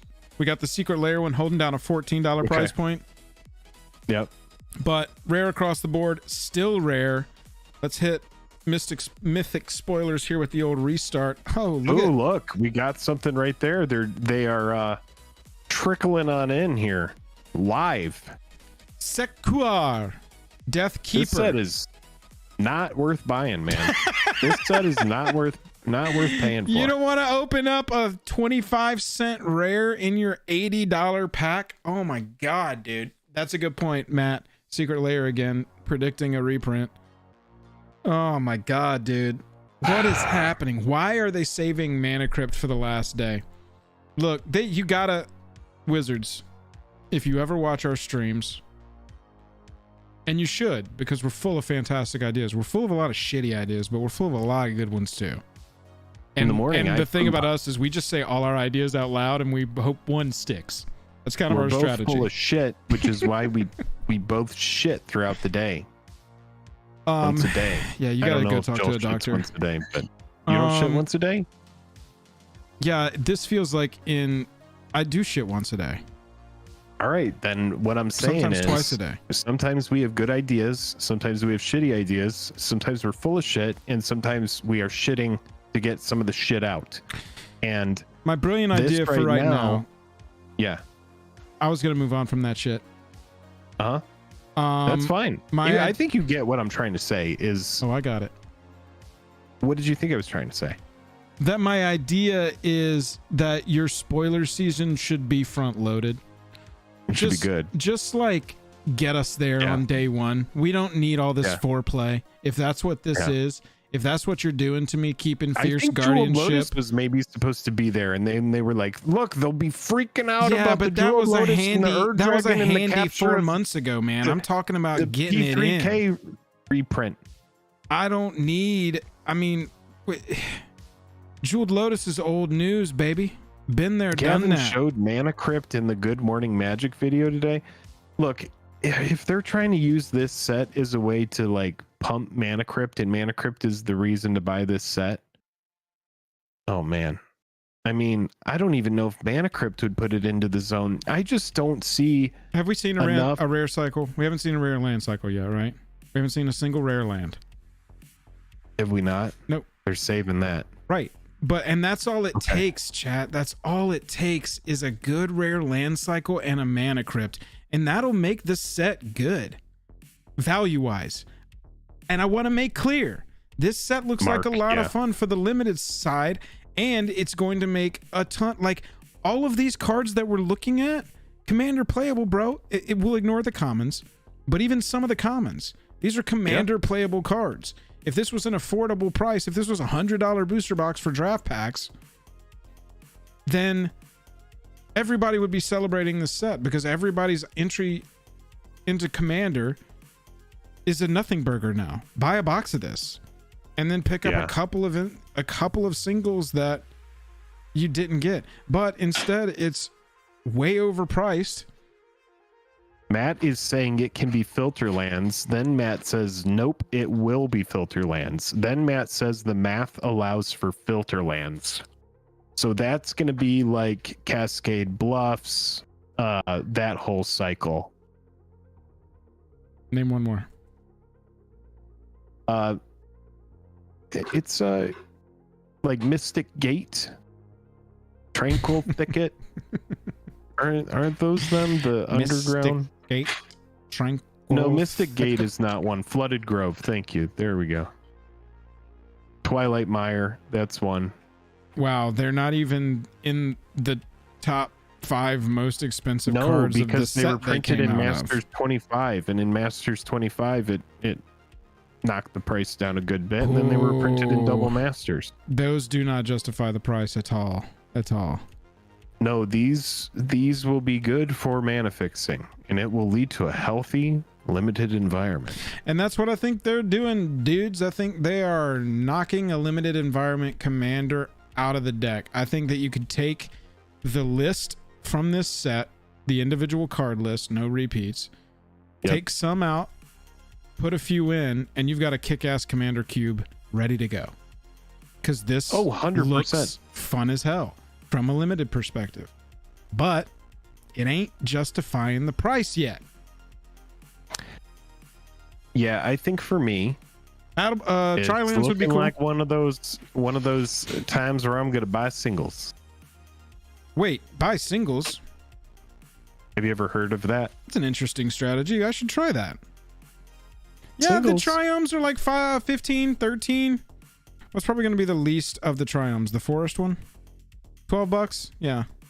Least of the Triomes is going to be the Mardu one because it doesn't have blue. 13. And the other one then. No, the Forest Island Mountain is cheaper than that one. This one's more expensive. Yeah, because my thinking is that it's easier to fix in colors with green, and so a Triome is less like I need it less. But in Mardu, if I'm playing Mardu, I gotta have a Savai Triome. Period. You gotta have the Triome. Yeah. Right. I don't know. That's a good note. Chat. Yeah. Overall, Commander Masters is not the hype levels that we wanted. I think that's the best I can say about it. Yeah, I feel very and this stream could age like milk. We could be here next week and be like, holy crap. I can't believe all of the things that they decided to do. How many mythics have we seen out of 35? Oh, that's something that we can sort, right? Because they don't have it over there yet. They don't have them all over there. We can see how many there. Okay, so looking at Commander Masters previews, see they're up as far as like Kraj, and we did get Morophon. We didn't touch on Morophon. I mean, this is a hell of a mythic. It's a $25 mythic to pull. You know, that'll be pretty sweet. We didn't really touch on this one at all. Yeah, this commander just doesn't excite me personally because it's just such a generic. It's the stopgap commander, right, for creature types, and so it is what it is. It needed a reprint. This will bring it down. Some new art of it would be sweet. But you could keep banging that drum. I don't know how many times am I going to say that during a reprint set is, can you at least give us new crinkle art? The basic lands look good. All right, chat. I want to see a 1 in chat if there's at least one card in here where you're like, hell yes. And I want to see a 2 in chat if there is not a single card yet that has made you go, I think I'm interested in this set. So one, if you've seen at least one. Yeah. 2, if you have not seen a single one. That's what I want to see. Okay, I'm seeing some ones. I'm seeing a couple 2s. Yeah, I laid out the stipulations for 2 after. No, I'm actually seeing more 1s. I see a 69. No, oh. Some people are putting different numbers, Joel. Oh my god. Oh, Friendo put 420. That's wrong. That's not even an option. The finale. Yeah, that's a good one. Extra planar lens. Scott, tell me more about extra planar lens. Why should I be more excited about extra planar lens being in this set? What are you going to play it in? What's it showing up in? Let's go look at the MTG stocks on this one, because this is an interesting one. This is a rare up to mythic, and it is a mana rock. A mythic mana rock. Yeah. That's going to freak people out. Oh, God. I asked Scott why I should buy extra planar lens, and he said 420.69. Okay. Got it. Got it. I'm happy that everybody's taking the work seriously. It looks like overall, honestly, I think I'm seeing more 2s overall, Jake. Yeah. Just kind of. I see some people that are interested in Jeweled Lotus. I'm sure a lot of the ones account for Jeweled Lotus. Scott said, I mean, love Jeweled Lotus monocolored is decks. one of those. Yeah.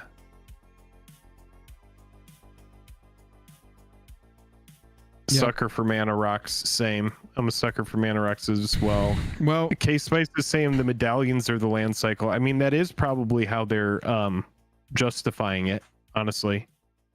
that's not a bad thought.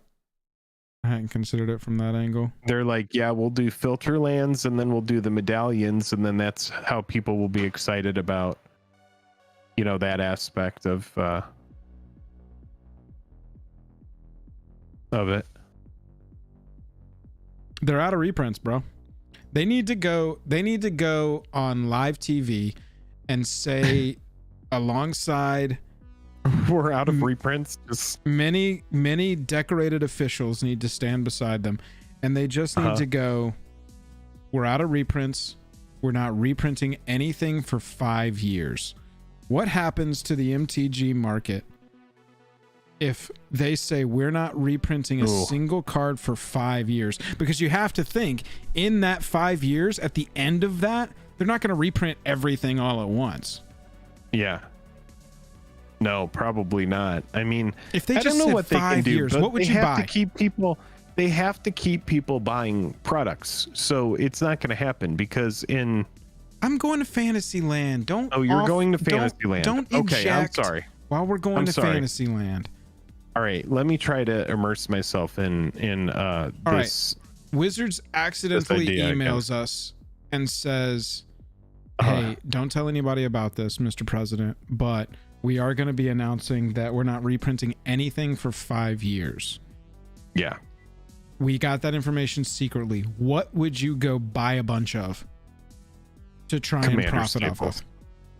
Commander Staples. I was going to say fetch lands. I would just start snapping up every single fetch land I could possibly grab. Yeah, it's not going to happen, but in this scenario, yeah, I would buy, you know, just I mean, it would just be the great time of proxying. Everybody would always, they'd be like, you remember the 5-year winter where they didn't print anything that anybody could use? They called it proxy winter. Proxied winter. It was a winter that lasted 5 years, much like the 24-hour sunlight in the northern reaches of the planet.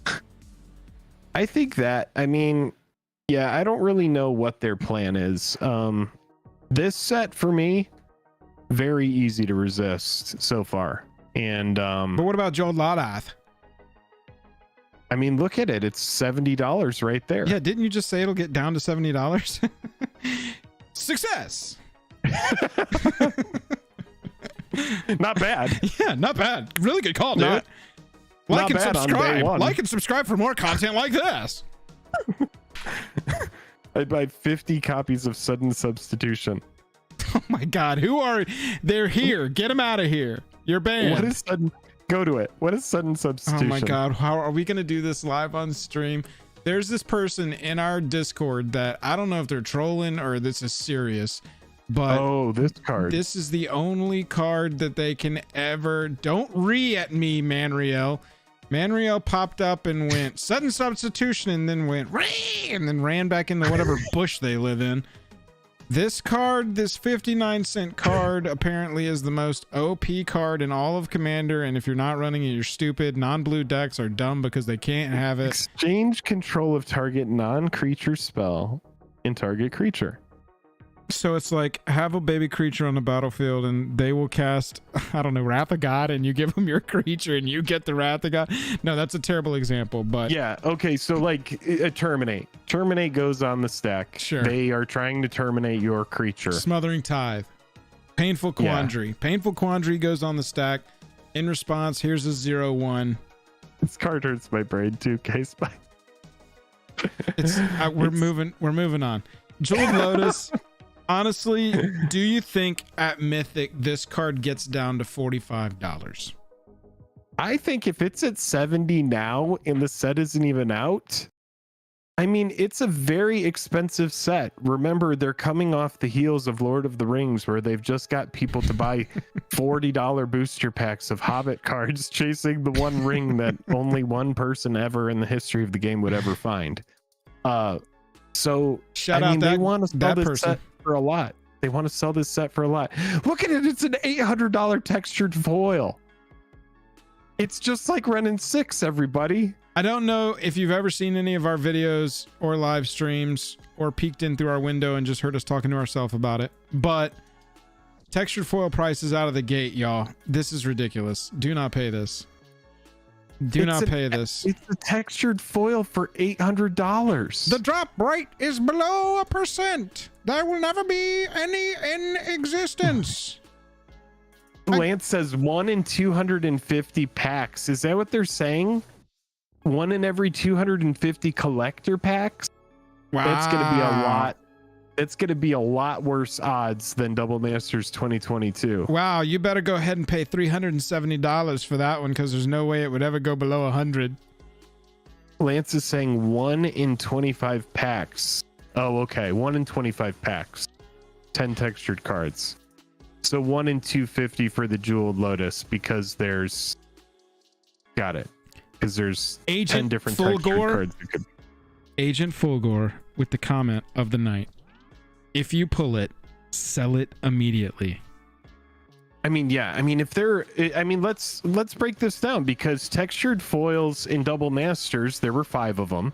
You had Liliana, Renin 6, and then you had the 3 Eldrazi Titans. So real quick price checks: 90, 69, 51, 46, and 40. Okay. Jeez, Emrakul down to 40. Emrakul was like 500 at one point when those first debuted. It was very expensive. As far back as we've got data, it was $169. $47 in July this year. I think, like, for me, Liliana, that Jeweled Lotus, let's say, you know, there's 10 textured foils. If there's 1 foil in every 25 packs, that means that, you know, there's going to be roughly 1 textured foil per case. Are the cases of these going to be 6 boxes with 4 packs per box? Are these cases going to be 6 boxes, 4 packs per box? Okay, so 4 packs per box, so 24. So roughly 1 case will have 1 of these. $220 a box. I always forget that it's only 4 packs. I look at that and I go, $220 a box doesn't sound bad, but it's only 4 packs. Yeah, it's only 4 packs. So yeah, you would need to buy a case to ensure you get a textured foil. And then even then, you don't have a guaranteed chance of getting a textured foil. You could have the unlucky case, which means that some cases are going to have 2 textured foils, because that's how that is going to end up. shaking out. I just see this as like that Jeweled Lotus at like maximum price on that Jeweled Lotus, in my opinion, that textured foil one, maximum price in my opinion, once this set is out in earnest, because it's an expensive premium We're talking set. 6 months down the road minimum. Yeah, when you're looking at all these old textured foils, I would say that Jeweled Lotus is going to be maximum 350 to 400. Maximum. I can see that. Maximum. Because if there's 10 textured foils, and in theory, if all of them show up at the same rate as the other ones, if they all have the same, you know, amount printed, then I would say, you know, 800 is a very, like, that's them trying to cash in on FOMO. But I would say like maximum 350. I could see that maybe getting down to like 250. I know that everybody's trying to compare it to the old Jeweled Lotus extended art from Commander Legends that's very rare and difficult to find.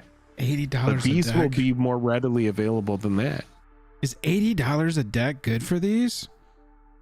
I don't know. Has a master set ever had Commander decks? Do you think they're gonna approach these any differently? Has a master set ever had Commander decks? I don't think so. Double Masters didn't. I don't think it has, man. So I mean, what are the odds that $80 for a Precon is rough, because you know at least one of these is going to be sitting on the Target shelf forever.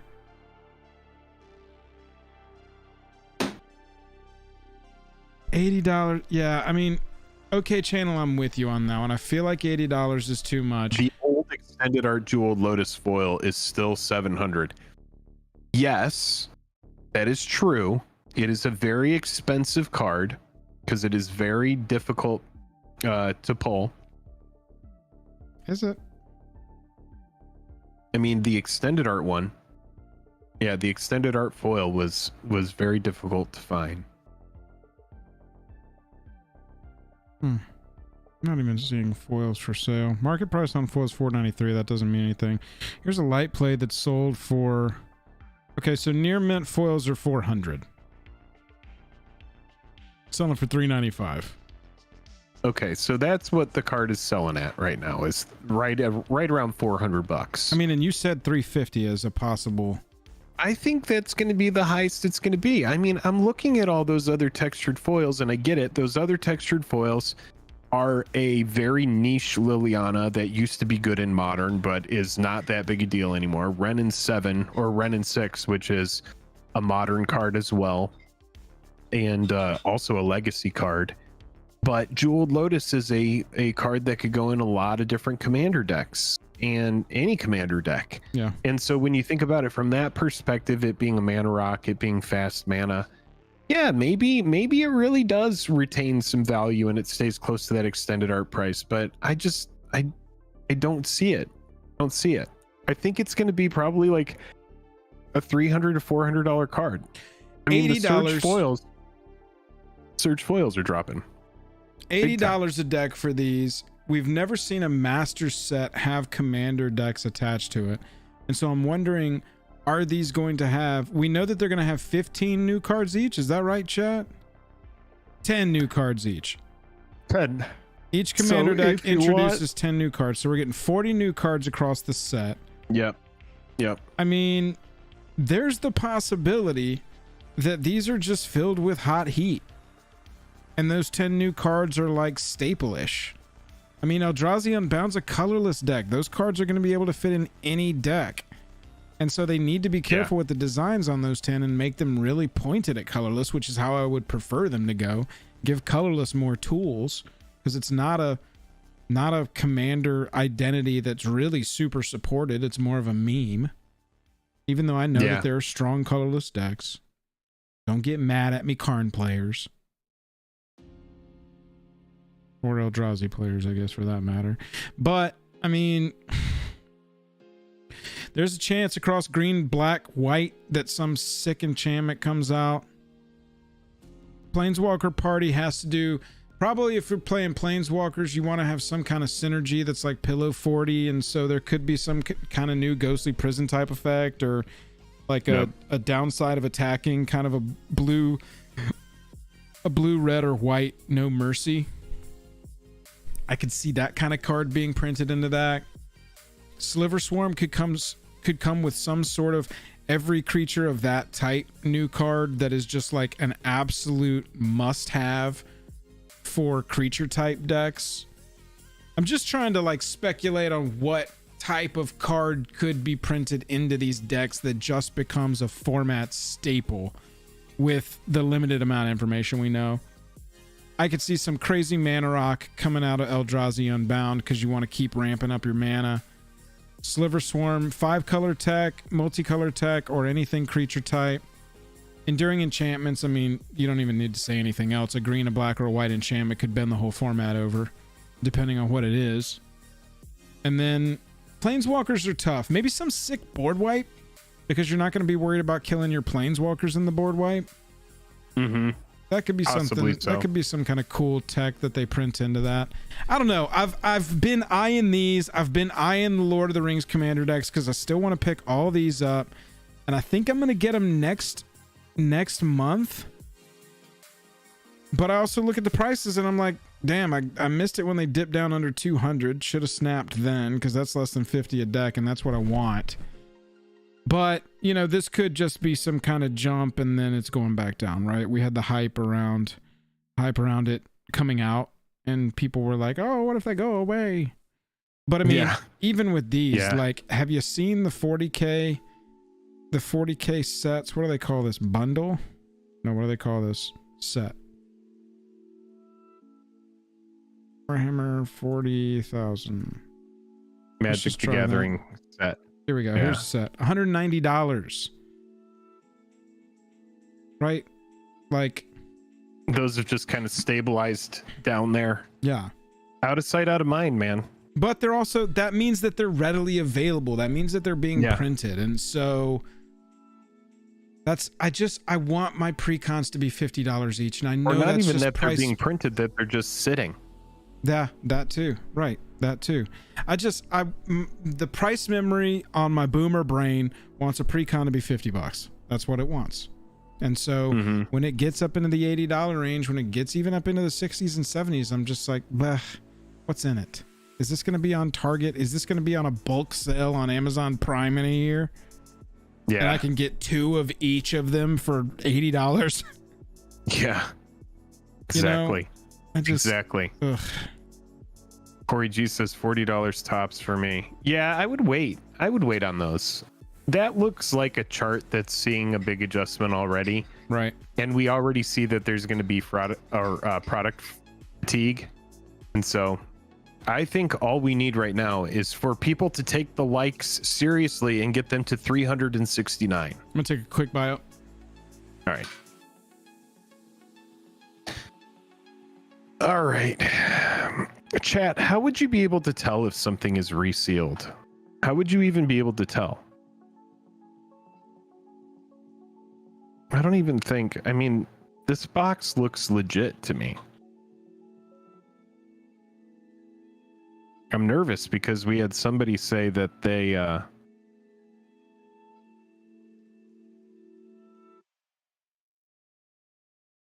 oh yeah, I remember these Dominaria United. Oh, here we go, Lance. Oh, we probably can't change the thing. Collector boosters have tamper stickers, do they? I think it looks pretty good. Let me refresh here. I mean, it looks legit. There we go, chat. Starting to take the prices seriously.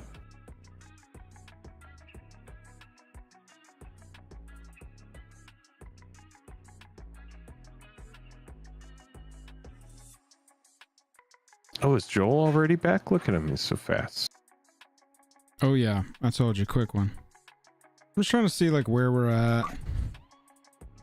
So it's been a while since we saw a graphic like this, I think. The Wizards Presents was like August of last year, I guess. Wash your hands.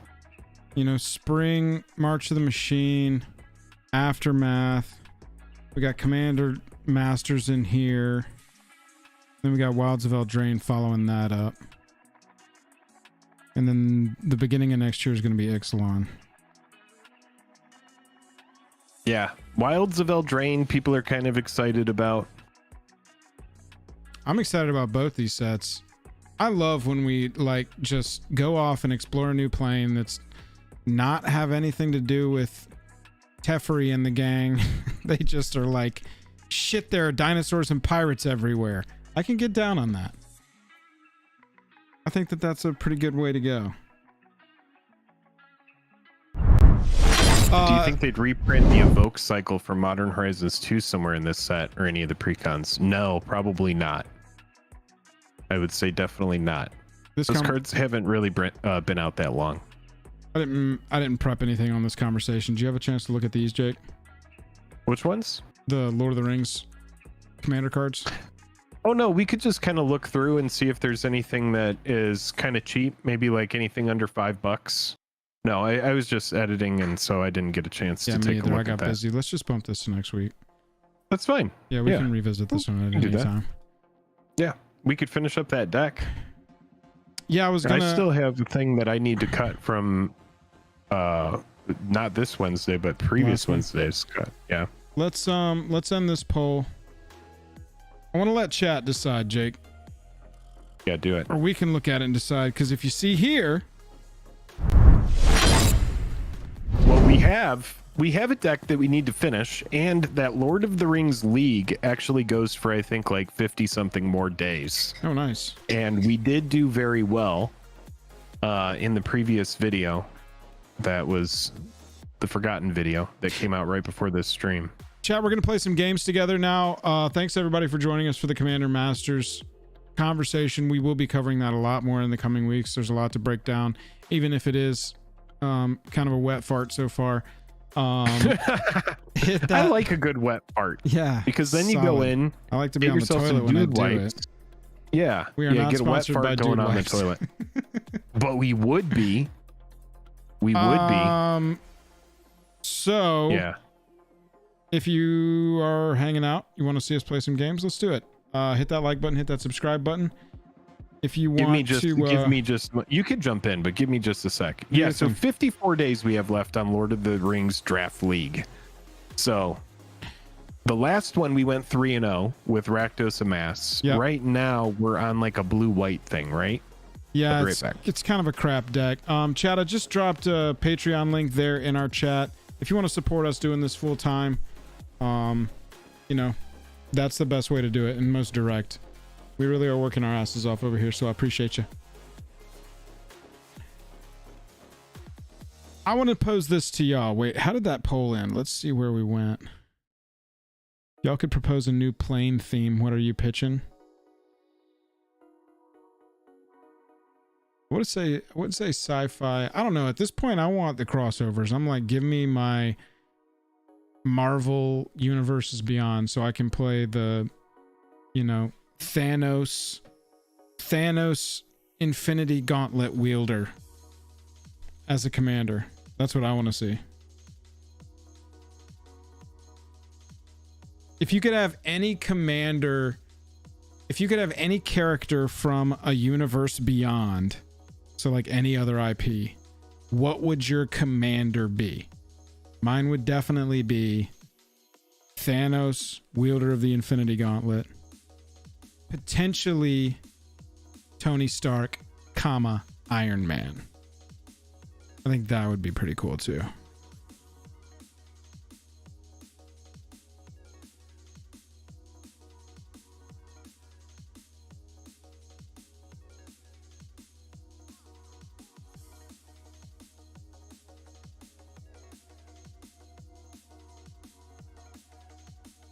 Marvel Snap is a game. I've played that game. It was fine. I felt like I got behind and I felt like I got left behind. Naruto, Vivi, Solaire, Inspector Gadget. That's interesting. I see Princess Zelda. I like Pee Wee Herman. Pee Wee Herman. What would Pee Wee Herman's card be called? Dirt Sleep. Sorcerer Spider-Man. Oh, Master Chief. Joshua, you and me are on the same wavelength. Go subscribe to my gaming channel. I'll play Halo over there. Yeah, I'd say Halo's definitely my favorite first-person shooter franchise of all time. Double checking. Yes. Oh, Fallout would be fun. A Futurama character would be fun too. Mojo Jojo, like from Powerpuff Girls, not Powderpuff. Powerpuff Girls. Play Overwatch with you. Yeah, one day we will do that. I promise. The problem is they took that game and they ruined it. Jake, can you create a poll right now? For some reason, I can't create a poll. YouTube has taken my ability to create a poll. What do you want me to ask it? If they want us to see, if they want to see us play out this blue-white deck, or which we're polls are down. Polls are down. Let's just play out the blue-white deck. That's fine. That sounds so boring. This deck is just not good. What, you want to just like not even try to get prizes on it and just draft a new deck? Because if we get 2 wins, don't we get 3 packs and then we can draft again?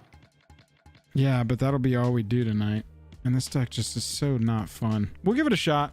Well, I mean, if we scrub out here. What then, I'm interested in. Yeah, we'll play it. We'll play it. What I'm interested in is this. Commander Legends 4-player draft league. They've got Commander Legends draft back as this set is previewing. And that could be fun. They've also got them as phantom drafts too for just $4. Oh, okay. Tempted to, man, if I was full-time streaming, I would be sitting here trying to grind out these trophies on Commander Legends draft for a couple of days. That'd be so fun. Hall & Oates Commander? What is there? I can't play their music on our stream, but what is their like main song? Doctor Strange, I think, would be cool. What colors do you think Doctor Strange would be? Black and white and blue? Is Doctor Strange Esper? Or is Doctor Strange 4-color minus green? Oh, I could see that. I could see that. Hey, we won the die roll. Yeah, I think he has red, dude. I'm gonna keep this. Yeah, I mean, we have a creature. Well, we have 2 creatures and we have a removal. So let's just run it. It does look very medium, but I mean, that's what it is. Yeah, it is what it is. Yeah. Not all your drafts are going to be awesome, just synergistic piles, and this is just a blue-white flying pile. That's literally all this is. Thoughts on Elder Scrolls crossover? Jake with the $2. Thank you, Jake. We need to get to that bath song. Elder Scrolls? I mean, that would be interesting. It'd be cool. There's a lot of lore that they can dip into. Doctor Strange is Grixis. Yeah, I would think Grixis as well, but I could also see white because Doctor Strange is good, isn't he? Yeah. Well, and the Sorcerer Supreme is all about kind of towing the line between good and evil to be the most powerful that they can possibly be. Gotcha. Okay. Wow, they just we gotta go in trouble. We gotta go hard we just here. need to throw it. Bath song, right? I kind of want to put the 3/2 on the battlefield and just get to swinging for 5 every turn. Well, we could do that on their EOT, right? If we flash them in, For sure. or is it worth it to get the 1/4 out there? Untap another permanent, untap 2 other legendary creatures. I don't think so. Okay. All right, then yeah, we'll just swing and then play that 3/2 Yeah, on their I think EOT. Doctor Strange is all but green. Whereas like Scarlet Witch is Rakdos straight up, right? Or is white? No, I actually think Scarlet Witch might be Mardu. All right, we play that at their end step. Yeah, play it on their end step, and then if we don't draw a land, we They for drew sure their need to third go land. Bath Song next turn so that we can stay on line drawing lands. What is it? Draw 2 cards, then discard a card? Okay, yeah, that's easy to play ETB's ring around. tempts you. Okay. We have a flyer, though. We continue winning the race. So we'll flash that thing in. We get to scry here, which is nice. Oh, yeah, we need to keep land. Yep. So yeah, we get closer to birds. So the thing is we could birds, yeah. We could just play the 1/4 and like keep beating in with the flyer, or we can offer our 3/2. Like if they want to block with that, I'm fine to offer. Yeah, I'm offering both of these. Obviously, I can't do anything about the flyer, but I'm offering the 3/2 if they want to. Yeah, perfect. Okay, so they do. So then I think what we do is we go Bath Song. Yeah, that's the move. This makes sure that we hit our Eagles next turn. Yeah. Or close. I think we're pitching the 1/4, or would you rather pitch Hith Lane? I like that thing. That's a nice little trick. I think we could pitch the. I mean, the 1/4 blocks really well, but I don't think we need the 1/4. I kind of like tap target creature, scry 1, draw a card. Seems good. Was a good. I mean, the 1/4 is good, but we need land. Yeah, if we could top deck a land here, get our Eagles online, that'd be great. Next turn, though, we can at minimum, cast a 3/2 and stay up with draw card.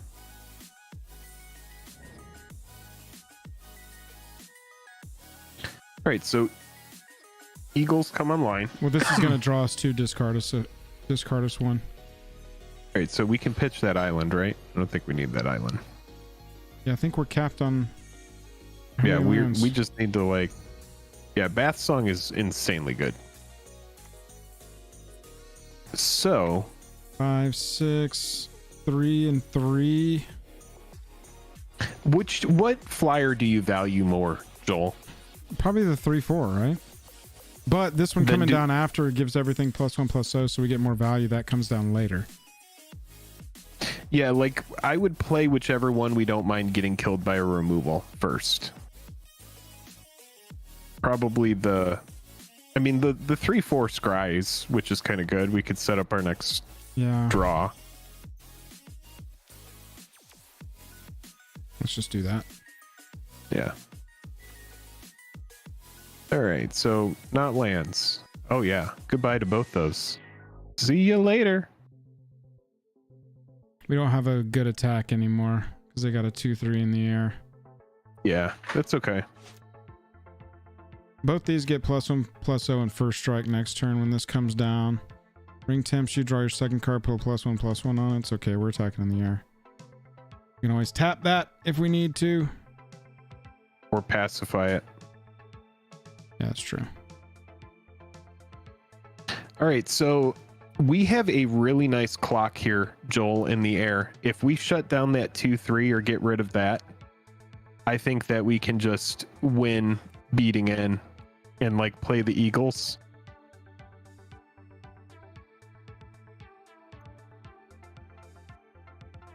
Sorry, say that again. I was making sure I got through that without misclicking.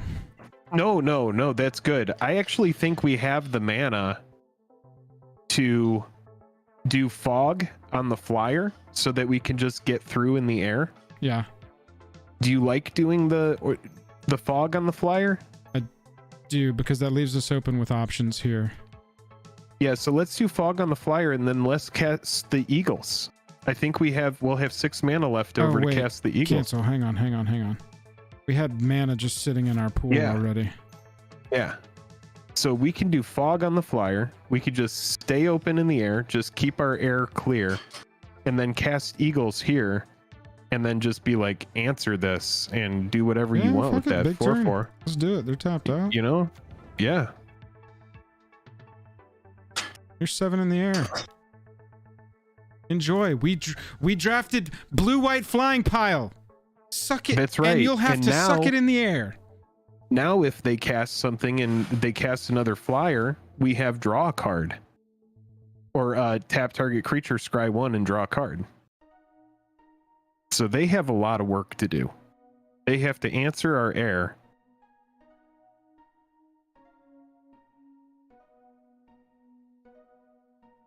All right, so they're attacking for 5 here. We go to 15. 6, 7, 8. We're 1 off lethal. We ain't blocking. All right. All right, let's see what they do. Whatever this is probably is something that we're going to have to tap down. Is it a flyer? What does it do? No, it creates a 1/1 if a creature died under your control at the beginning of Right, your so end they're stretch. gonna stack that bat to. Oh wow, we got another fog. I think we just keep swinging in.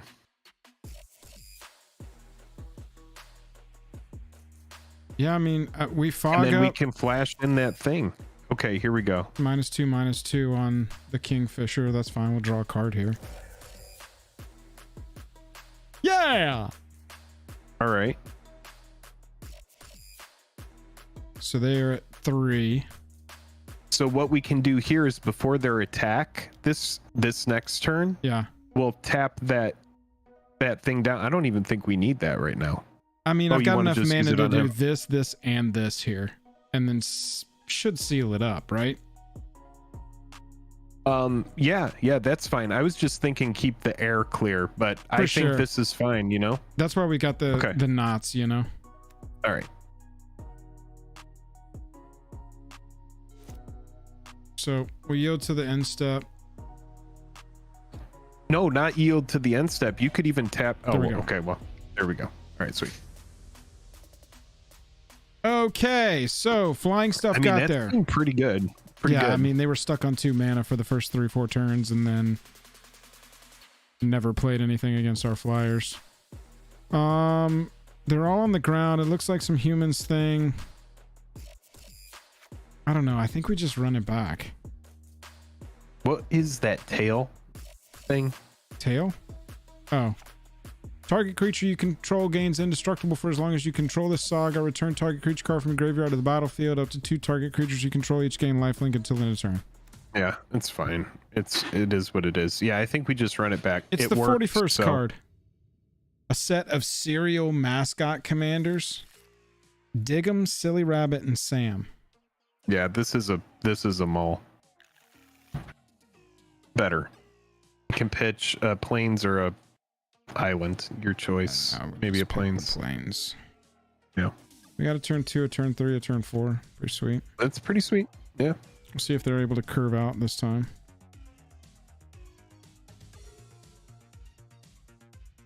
Okay. I like our hand.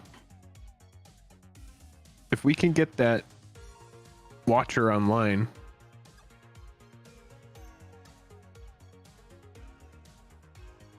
Okay, Plain so they cycle just the birds. plain cycle that away.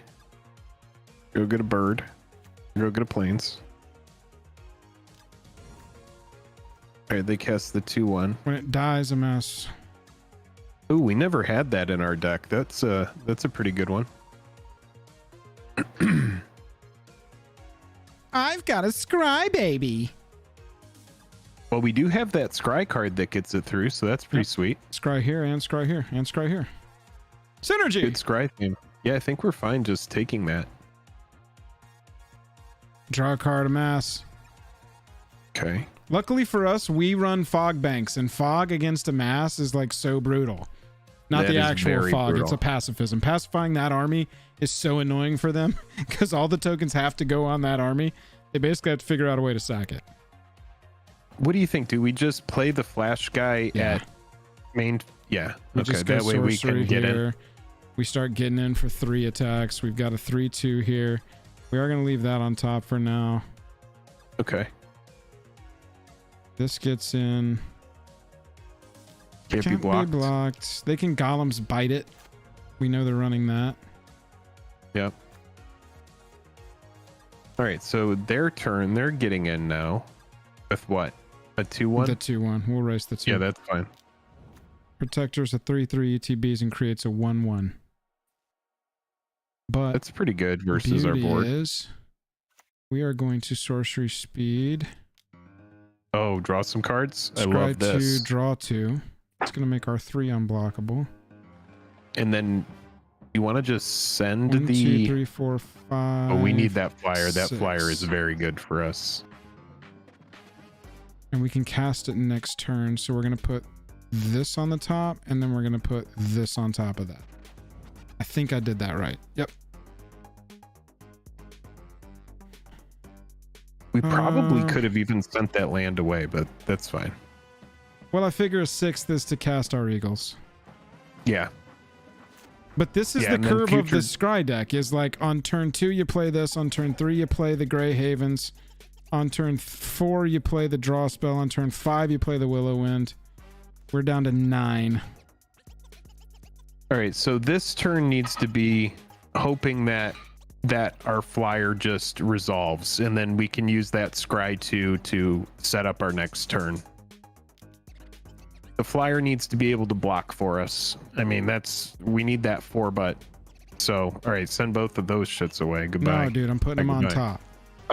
I mean, the scry is really good for us. It's doing a lot of velocity, so in theory, us getting past those lands should be a big deal. We just need to be able to block here on this go wide. What do you think? Combat tricks? They have 100%. Sholab thing, right? 100%. But I'm gonna block the 3/3 with the 3/4 like I would. Yeah, I think that's the right move. That's the right move. You Let's just see what do they give it. Eat the +1 Okay. +2 death touch. It doesn't kill it? Survives. Wow, Yeah. another land. All right, well, Brutal. I'm supposing I guess go Eagles here. Yep, that's the move.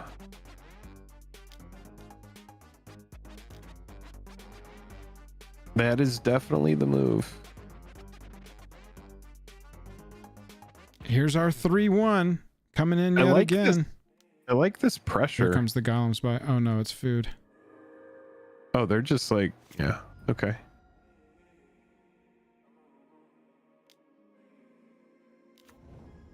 Another. There's the stalwarts. All right, so we gotta trade with the 3 here, and then we go to 1. yeah, maybe we shouldn't have swung with our guy that last turn. That's fine. They went first, and they just aggroed us out. This deck doesn't have a lot of answers, and we didn't draw a single one other than the knots. Yeah, this is gonna be. Let's just go to the next one so we save clock. Yeah. Lots of 1-buts on the field there. Oh, we're not in black to do the -1/-1 thing. Okay, we run it back. We go first. We see how it does. Yeah, is there anything up there Oops. that would be good? Be Gandalf. Oof.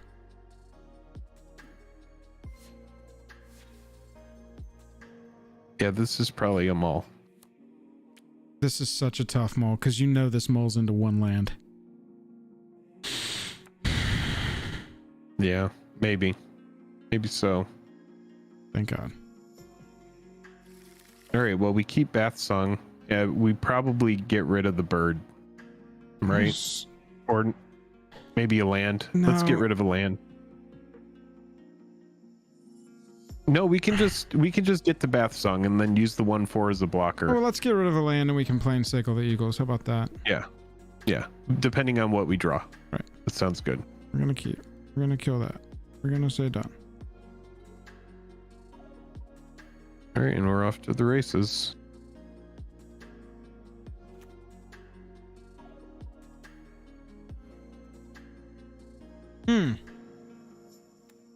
No, we haven't seen the deck list for any of the commander decks yet, Citizen.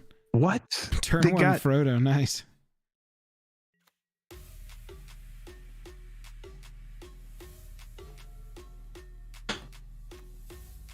I'll see you, Frodo, and I'll show you my Nimrodal Watcher. It doesn't have to be sorcery speed either, no. It can turn into a 2/3 with lifelink and instant speed. Yep. We gotta take the 1.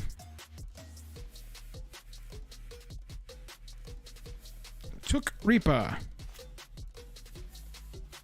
Ooh, what is that? Beginning Arwen? combat, target creature you control gains first strike or vigilance until end of turn. Oh my god, we need to play that and just start swinging. That thing. You don't that say. thing right there. It's gonna suck when we miss our next land drop. All right, so we give it first strike, right? Yeah.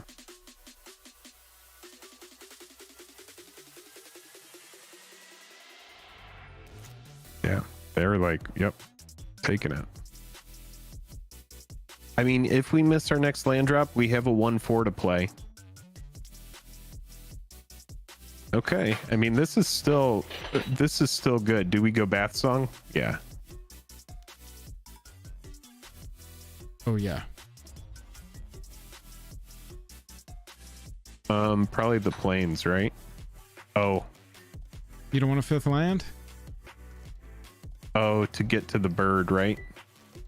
Yeah, we probably need. Well, that thing can actually act as a 5th land because it can untap target permanent.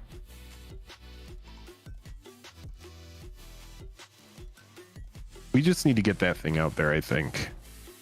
Yeah, let's just pitch the plains because we know we're going to get lands on the. Wait, would we be able to play a 5th land this turn? No, no. Oh yeah, that's. Oh, not our one. Yeah, yeah. Nice, dude. Okay, I feel good about this. Eowyn. Ring tempts you twice here. They're not going to kill my thing. Interesting.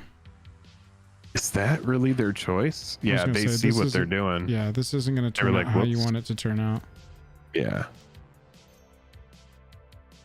Right, so now they're off mana here.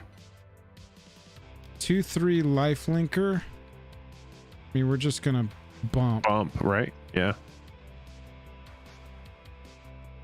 They don't have any, like...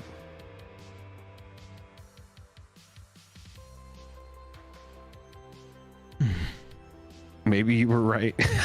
You never pitch the land. It's bad gambling. I think we just go ahead and I think I like a flyer. Yeah, let's get the 1/4 out there because it will be a 5th land. We can use it to untap land and start playing. This turn it will block well. And then next turn we'll start playing stuff.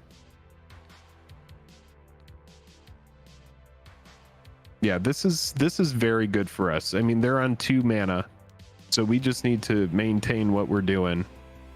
And now we can double block Frodo if they decide to do that again. We'll see if they draw their land. I'm thinking I'm plane cycling the Eagles here, EOT, to make sure we can drop this next turn. I like that idea. That's fine.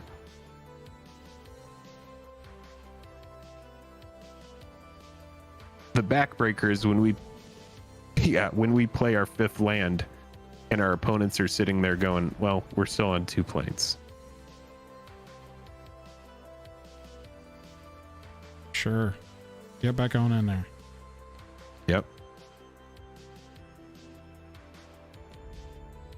All right, so now we have 2 blue floating.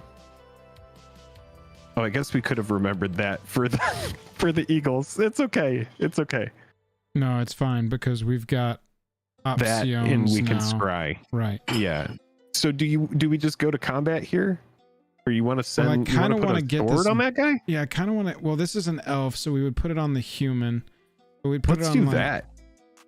Yeah, dude. Let's put it on the. Put it on Eowyn. Give him first strike. Let Eowyn start doing the swinging. No, dude. Just put it on that blue thing that keeps attacking. That's gonna just break our opponent in half. This is an equip human 1, equip 3, so I don't have 5 mana to equip this to the. I can do that next turn. But what we can do here is watch this. We're gonna go 1, 2, 3, 4, 5. I think we're just gonna play it this turn because this will make this unblockable. Okay, that's fine. We'll give. Yeah, that's a good move. Oh, we gotta pay this one. That's a good move. This is over. They're about to concede. I can feel it coming. Return and okay, so we're gonna kick this to the bottom because we don't need our 1/1 now, but we do want this on top because this is kind of good tempo right now. Yeah, that's really good. You could return Frodo. Right. Oh, we don't even need to. And then yeah, just play the blade. Just play the sword and move to attacks. I guess you could have even played Fisher with tapping the 1/4. Oh, we could have untapped a land and added this to a whatever. You can do that in the EOT. We can give if this it's only an equip of 1, right? Yeah, why not? Yeah, just do it on the EOT. We're gonna give it Vigi this time because it's unblockable. Yep. Yeah, this deck is doing some things right now against the deck that's on 2 white. Yeah, dude, it really kicks ass when they are only on 2 mana. I mean, AON is a pretty big backbreaker to come on curve at turn 3.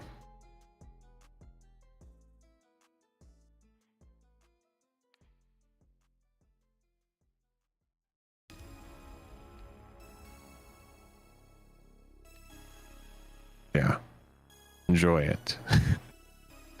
Where did I now they're going, wait, I need to remove that 3/4 flyer and that AON that's 4/5 by itself that's giving everything abilities. Did I not have to tap that planes to equip this?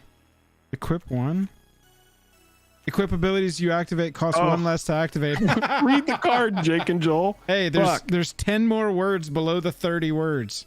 God, we're so bad at reading the cards. There we go. We won. Hooray! Okay. All right. So now we're 2-1, and then we have the loss. So if we can squeak this out, we're gonna salvage, get 3 packs from this experience. Yeah, and this and draft then we'll be was able to do something. awful. It was an unfocused draft. We didn't really know what we were doing at first, and it took us a minute to kind of solidify. And we were coming off a high, and I don't think that you and I ever aligned on what the strategy was going to be. We just kind of kept letting the other person pick something every time around instead of being like, no, let's stay focused. Yeah. We need blinders. I mean, this is our strategy. Draft, we do have good removal in the deck and flyers. It's just a very basic Flyers matters deck. That's it. It's blue white fly pile, and that's it. I mean, sometimes in draft you got to draft blue white fly pile. Sometimes it'll do it. We'll see if we can squeak it out. This is not going to do it. 2 white cards, five islands, unbelievable. Much better.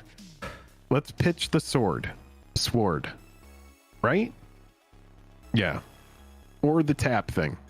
Sword or the tap. I'm kind of into kicking this away because we've got the flyers. Sword can do a lot for us. All right. Good luck. Have fun. Okay. That's a good flyer that we haven't seen. Oh, blue-white, huh? Okay. ETBs, you can sacrifice a token. Doesn't matter. Reaper boy? Anybody ever seen a took creep up? When you do exile, target creature an opponent controls until Shire leaves. That's nice. Target creature you control is +1/+1 until end of turn for each food you control. Okay, so it's sacking for 3 here. Vigi 3, nice. I really like the sword on the 1/4. That seems like a good place to park it. Yeah, potential. I mean, +2/+1 turns this into a 5/3 flyer. Yeah. That blinks things, even though we don't really have any blink synergies. It happens. But we are going to go ahead and get Ioreth of the Healing House on the battlefield. We are not going to swing into a 2/3. Yeah, I mean, we have a very nice blocker for what our opponent has currently out there. Once we get a sword out there, it's going to be big deal. These blue-white fly piles are about clogging up the ground as much as you can and then getting like 1 3/3 flyer pushing through. Yeah, man. Sacking a token, exiling our Ioreth until that leaves, and we don't have any direct removal for that. That sucks. What token did they sacrifice? The food? Oh. Yeah. Ridiculous, bro. Crazy. Well, that's fine. We're just going to play. A food token in this economy? I mean, I bet that they're going to wish that they had done it to... I think we care more about Eowyn, right? So we just throw the flyer out? Yeah, we're throwing the bird out here. Also, Eowyn's ability, we can give the flyer vigilance when it comes down next turn. You know what I'm saying? Counterspell. Oh, this stupid fucking spell. Oh, return. It was reprieve. But they're tempoing us out aggro hard.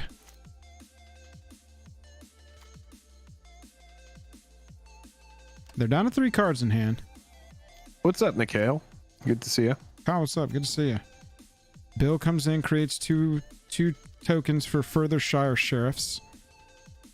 The problem is we just don't have a good block. I guess we can just... I hate to tempt off the battlefield with no creature on the battlefield to put it on. I think we're just taking 4 here. No. The thing is with tempting, it still tempts us. Like right, but nobody will be our ring bearer. We don't have any much more tempt at all. Oh, I see what you're saying. Yeah, I understand it stays. that's fine. Yeah. Eagles of the North. Meet the Eagle of the Blue. He's like, oh, All right. Well, we'll see if they have. We'll I've see been if here they before. have a reprieve. Unlikely. That's an uncommon, right? Yeah. At least now when we block with the Took Reaper, Maneldor's a ring bearer for some reason.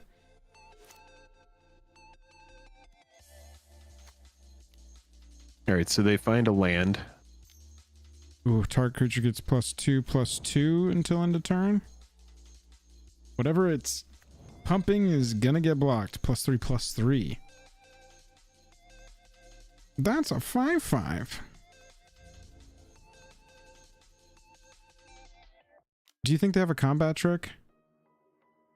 Yes, but we're gonna force them. Maybe so, right? Yeah, we're not gonna play this one super tight. We're gonna go here and block the 2/3 because we have a 3/3. Show me your trick. Do they have something on a creature that can work as a trick? Oh. Sack of food until end of turn. Target creature you control assigns combat damage equal to its toughness rather than its power. Okay, so we're trading there.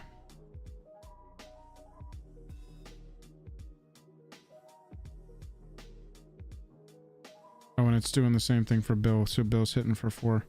That's fine. I mean, we're getting decimated this round, this match. I mean, this game. It's okay. Yeah.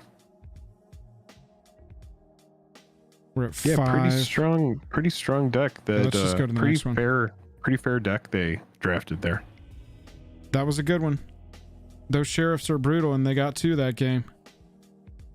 Because we have no direct removal in this deck.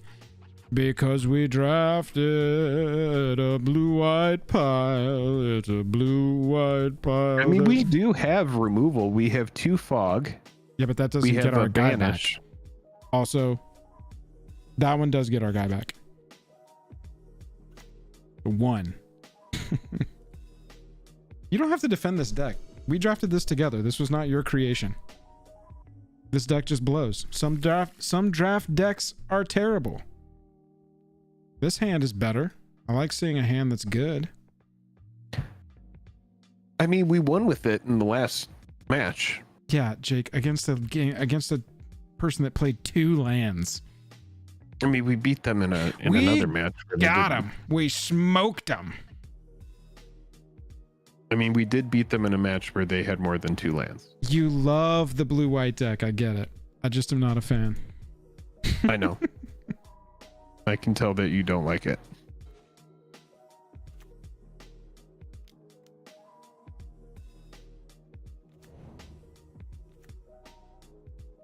Number of creatures you control plus the number of foods you control. We're curving on the scry plan. Your library, 1, 2, 3, 4. I think we do just keep that on top, right? We got other plays. We need a 5th land. But this targeting a tapped creature. I'm unsure about this one. This one's kind of a coin flip for me. We've got another one in there. We really need to get that 5th land going for that exile. We're presenting, you know, if we can scry again next turn, we got 6 power on the field. Regardless, we got 5. 4 power. X is the number of creatures you control plus the number of foods you control. There's also the banish as well. Yeah, it's not tapped though. It's a 5 mana. We only got 1. We're 1 mana off on it. Well, we can play this and this and set up to be able to kill it next turn with Hobbit Sting or anything with 4 toughness or lower. Yeah, I would just play the play the flyer probably, right? X is the number of creatures. Yeah, I would go flyer and whatever that other guy is. You don't know the Esquire of the King? I don't. Why not that bird this turn? Yeah, I mean the bird could have been a play too. No, the bird the previous turn. That was a 5-mana instead bird of the 3/2. Oh, I see. Yeah. I see. Yeah, because we had the scry curve. Now we got to get around a 2/4. Yeah, I guess we didn't need to play the scry guy because there was no one to block our 2/1, right? We could have just saved him to make a blockable later. That's true. All right, there we go. Okay, so the idea is we definitely need to kill Arwen, right? Faramir creates 3/1/1s. And if we don't attack them, they get to draw a card. I feel like that's just gotta go. Because they're either going to get a card off it if we don't attack, which we want to attack, so they're going to get 3/1/1s onto the battlefield. Yeah. It doesn't block. Like our 3/2 can get through if the Aowen is gone. Okay, so kill the Aowen. If not, we just go in with the 2/1. No, I mean I'm just talking through it. I mean we have 2 removal spells, right? So we could in theory kill both of them. Right. Yeah, so let's go Faramir here before any value happens off of this. Because we're gonna attack. We got to keep pressure on. Right. So if for example that 3/3 were to go to blocks, right? Is he gonna block with the 3/2? Is he gonna or block? is he gonna block with it? Is he gonna block with it against our 3/2? Oh or is our God, 3/2 no. just gonna get through? Right. So like, because we can't do both removal spells, right? No, we cannot. All right. So what do you think we remove? If we remove the 3/3, we can't swing with anything but the With the flyer, bird right right? now. Right. Okay. Yeah. That makes sense. We get rid of him. Too much value. It's a rare.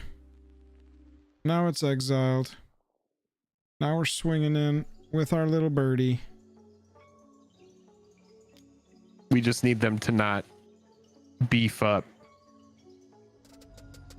They still get the trigger?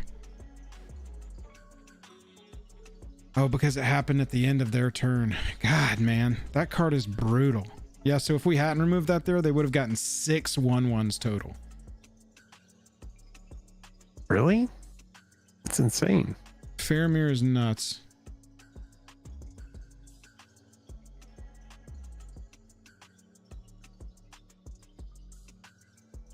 Vigi on the Aowen. Here comes the full attack. You think they got... I mean, I'm just going to take it. Yeah. Go ahead and pump. Use your mana up for me. Give me that clear attacking lane I'm looking for. We do need them to use mana here so that we can ensure that this Hobbit Sting gets through and kills that Aowen. Our backs are against the wall. You can say that again. Our whacks are against the ball. You could say that again. Our jacks are standing tall. ETBs, if you don't control a legendary, put a card. Okay, so it's an ETB draw card. But they do control a legendary. And they did Hobbit Sting on our 1/1. So that we can't pump our team. Okay. Cool, man. And all right, so now we just we have play our Took Reaper. Yeah. Gotta play this. Kill the Aowen while we can here. 100%. Yeah. And then I think we're swinging team, right? What is that thing's power and toughness over there? 3-2. Yeah. Send everybody, right? We just got a race. I mean, we're out of cards. Yeah. We'll see if they want to block. This is a good attack from us. That 2-4 was clogging the board, and now we can actually do things. Yeah, so they let it happen. They trade there. We get through to 11, and we have a pretty good board position, but they do have cards. Yeah.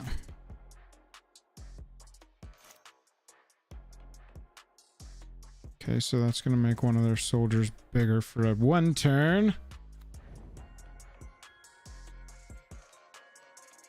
It's a 2-2. Oh, Sheriff. Sheriff is good. That is a strong ass uncommon, dude. Yeah, and they have multiples of it. Yup.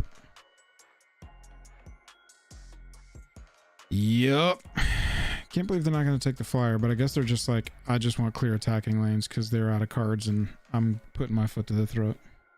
Yeah. Another 5 swing from them. All right, we got to not draw land.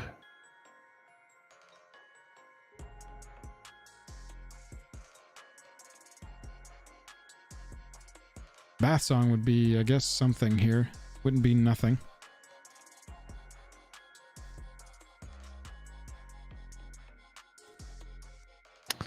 All right, it blocks well.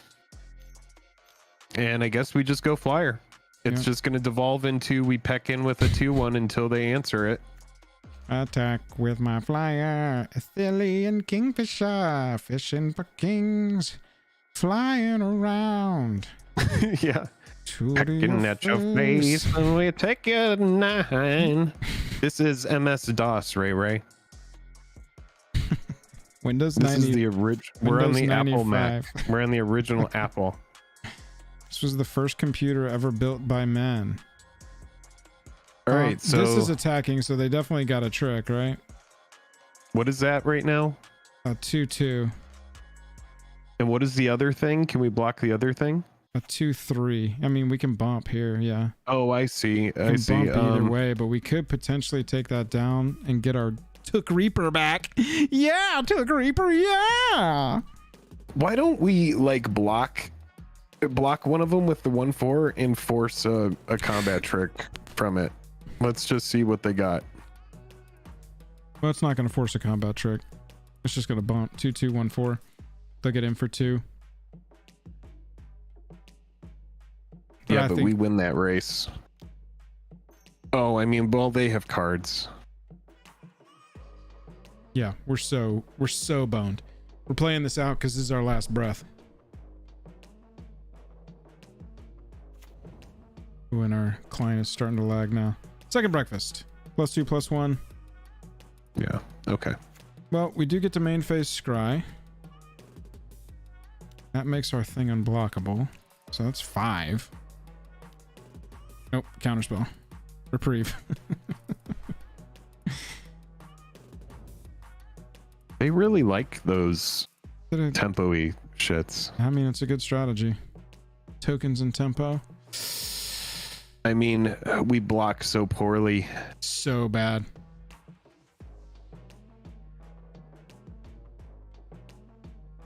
Yeah, I mean, this is a concession. Really. Yeah, we can give it like one more turn and see what we draw on our next turn. Yeah, they already got us game 1, so I mean, our 14 minutes ain't gonna matter.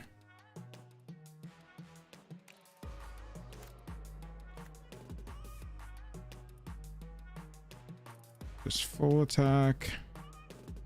Except they're not gonna send the Shire Sheriff this time because they don't have the trick. We'll take this. I think we got to block. I think they have a trick. I think we got to block at least maybe the big, maybe one, maybe that thing. I don't know. Yeah, we could just die. It's fine. Yeah, I mean, if they got a trick, great. We'll force it here, let them win. If not, this thing being alive, that's 5 damage presented if we can scry next turn. So we just got to come up with 2 more damage, and that's just a rock away. You know what I'm saying? Yeah, and they'll just sacrifice food, gain some life. Ooh, Oh, they had 2 Faramirs? They got the 2 different versions. The first one we saw was the blue-white. Well, all right. Well, good for them. Good game. Good game. I wouldn't worry too much about it. It's over. Oh, of course. Of course. Does it give lifelink? No. First strike and Vigi. And we can't cast both. GG. Oh, we could do Vigilance in the air. Yeah, sure.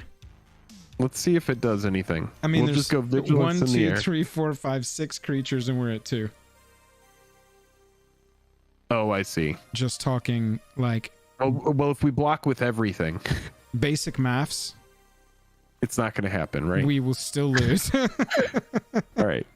Well, sounds good. Good but name. our I'll be bird right is going to be vigilant in his attack. Wow. Don't talk to Jake about the blue-white deck. He loves this deck. I think he's going to marry it. No, it's not near as pretty as Arena, but it does have Commander.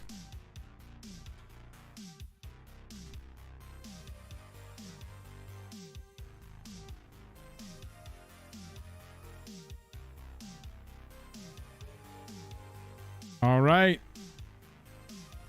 Pass to them. They eat food. They go to 8. 4 more turns. Yeah, I mean, they know what this is because they returned it to my hand. And so they know we have no responses. And they can just, like, if basic counting is part of their skill set, like, this is unnecessary. You're doing extra here. They're doing extra stuff here. This is unnecessary. This is just extra stuff. Yep. Push all. So they're just playing the deck that we wish we had. Correct. With good cards. Our Kingfisher isn't going to get there, I guess. All right, we got a pack. Got a pack back. Got a pack. Got a pack back. All right, so chat. 1 or 2. 1 is another LOTR draft league. Oh, it's already midnight 15 over here. Yeah. Yeah. We could just let's draft. We'll do something fresh. We can do something fresh next time. Okay. Or if you want to draft a deck, we can. We don't have to play the first thing. We could do a draft. It's going to tempt me. The ring is going to tempt me into playing at least a match of it, and then I'm going to be here until 1:30. And unfortunately, I've got to get up in the morning. Tomorrow night, we're going to go see Blink 182. How about that? Nice, man. That'll be great. Send a video. Send a video my way. Or maybe into the dick sword. Absolutely, I will do that. Yeah, put a little video in the dick sword, and we can all look at it later. Swing it around. Chat, thanks everybody for hanging out tonight. Who's going? Is it just you and me, Jennifer, and Jeff and Mary? Sweet. It'll be really fun. Where is it at? The State Farm Arena. Sweet. That's cool, man. Chat. That's really fun. We had a fantastic night with you discussing all of these Commander Mester stuff. The winner of the green sleeves, make sure you message me if you want to support us on our full-time journey. That Patreon is the best place to do it. Patreon. Also, we have thanks to our Stream Monarch. All hail Zach G, Stream Monarch, the entire stream. Uncontested stream. Uncontested victory. We had a couple people get close. A couple $2 super chats from somebody a couple times, but yeah, Zach G, thank you so much for the support. Everybody, thank you so much for hanging out tonight. This was super fun. We're going to continue to cover Commander Masters. I'm going to continue to think that creating gameplay videos is a fun time and that people are going to want to watch those videos. But you know what? We still had fun tonight playing some draft after we talked about Commander Masters. I'm still very medium to low on the set, and I know that Joel is too. So we're going to continue covering it though as we see more of it. Did you write down the deck list for that blue-white deck? I didn't. But I will be able to see it when I go back and look at what we drafted. There's a log of it. I'm gonna post it. Be like, if you want to win Lord of the Rings draft, That one there. Avoid that this. Avoid this build.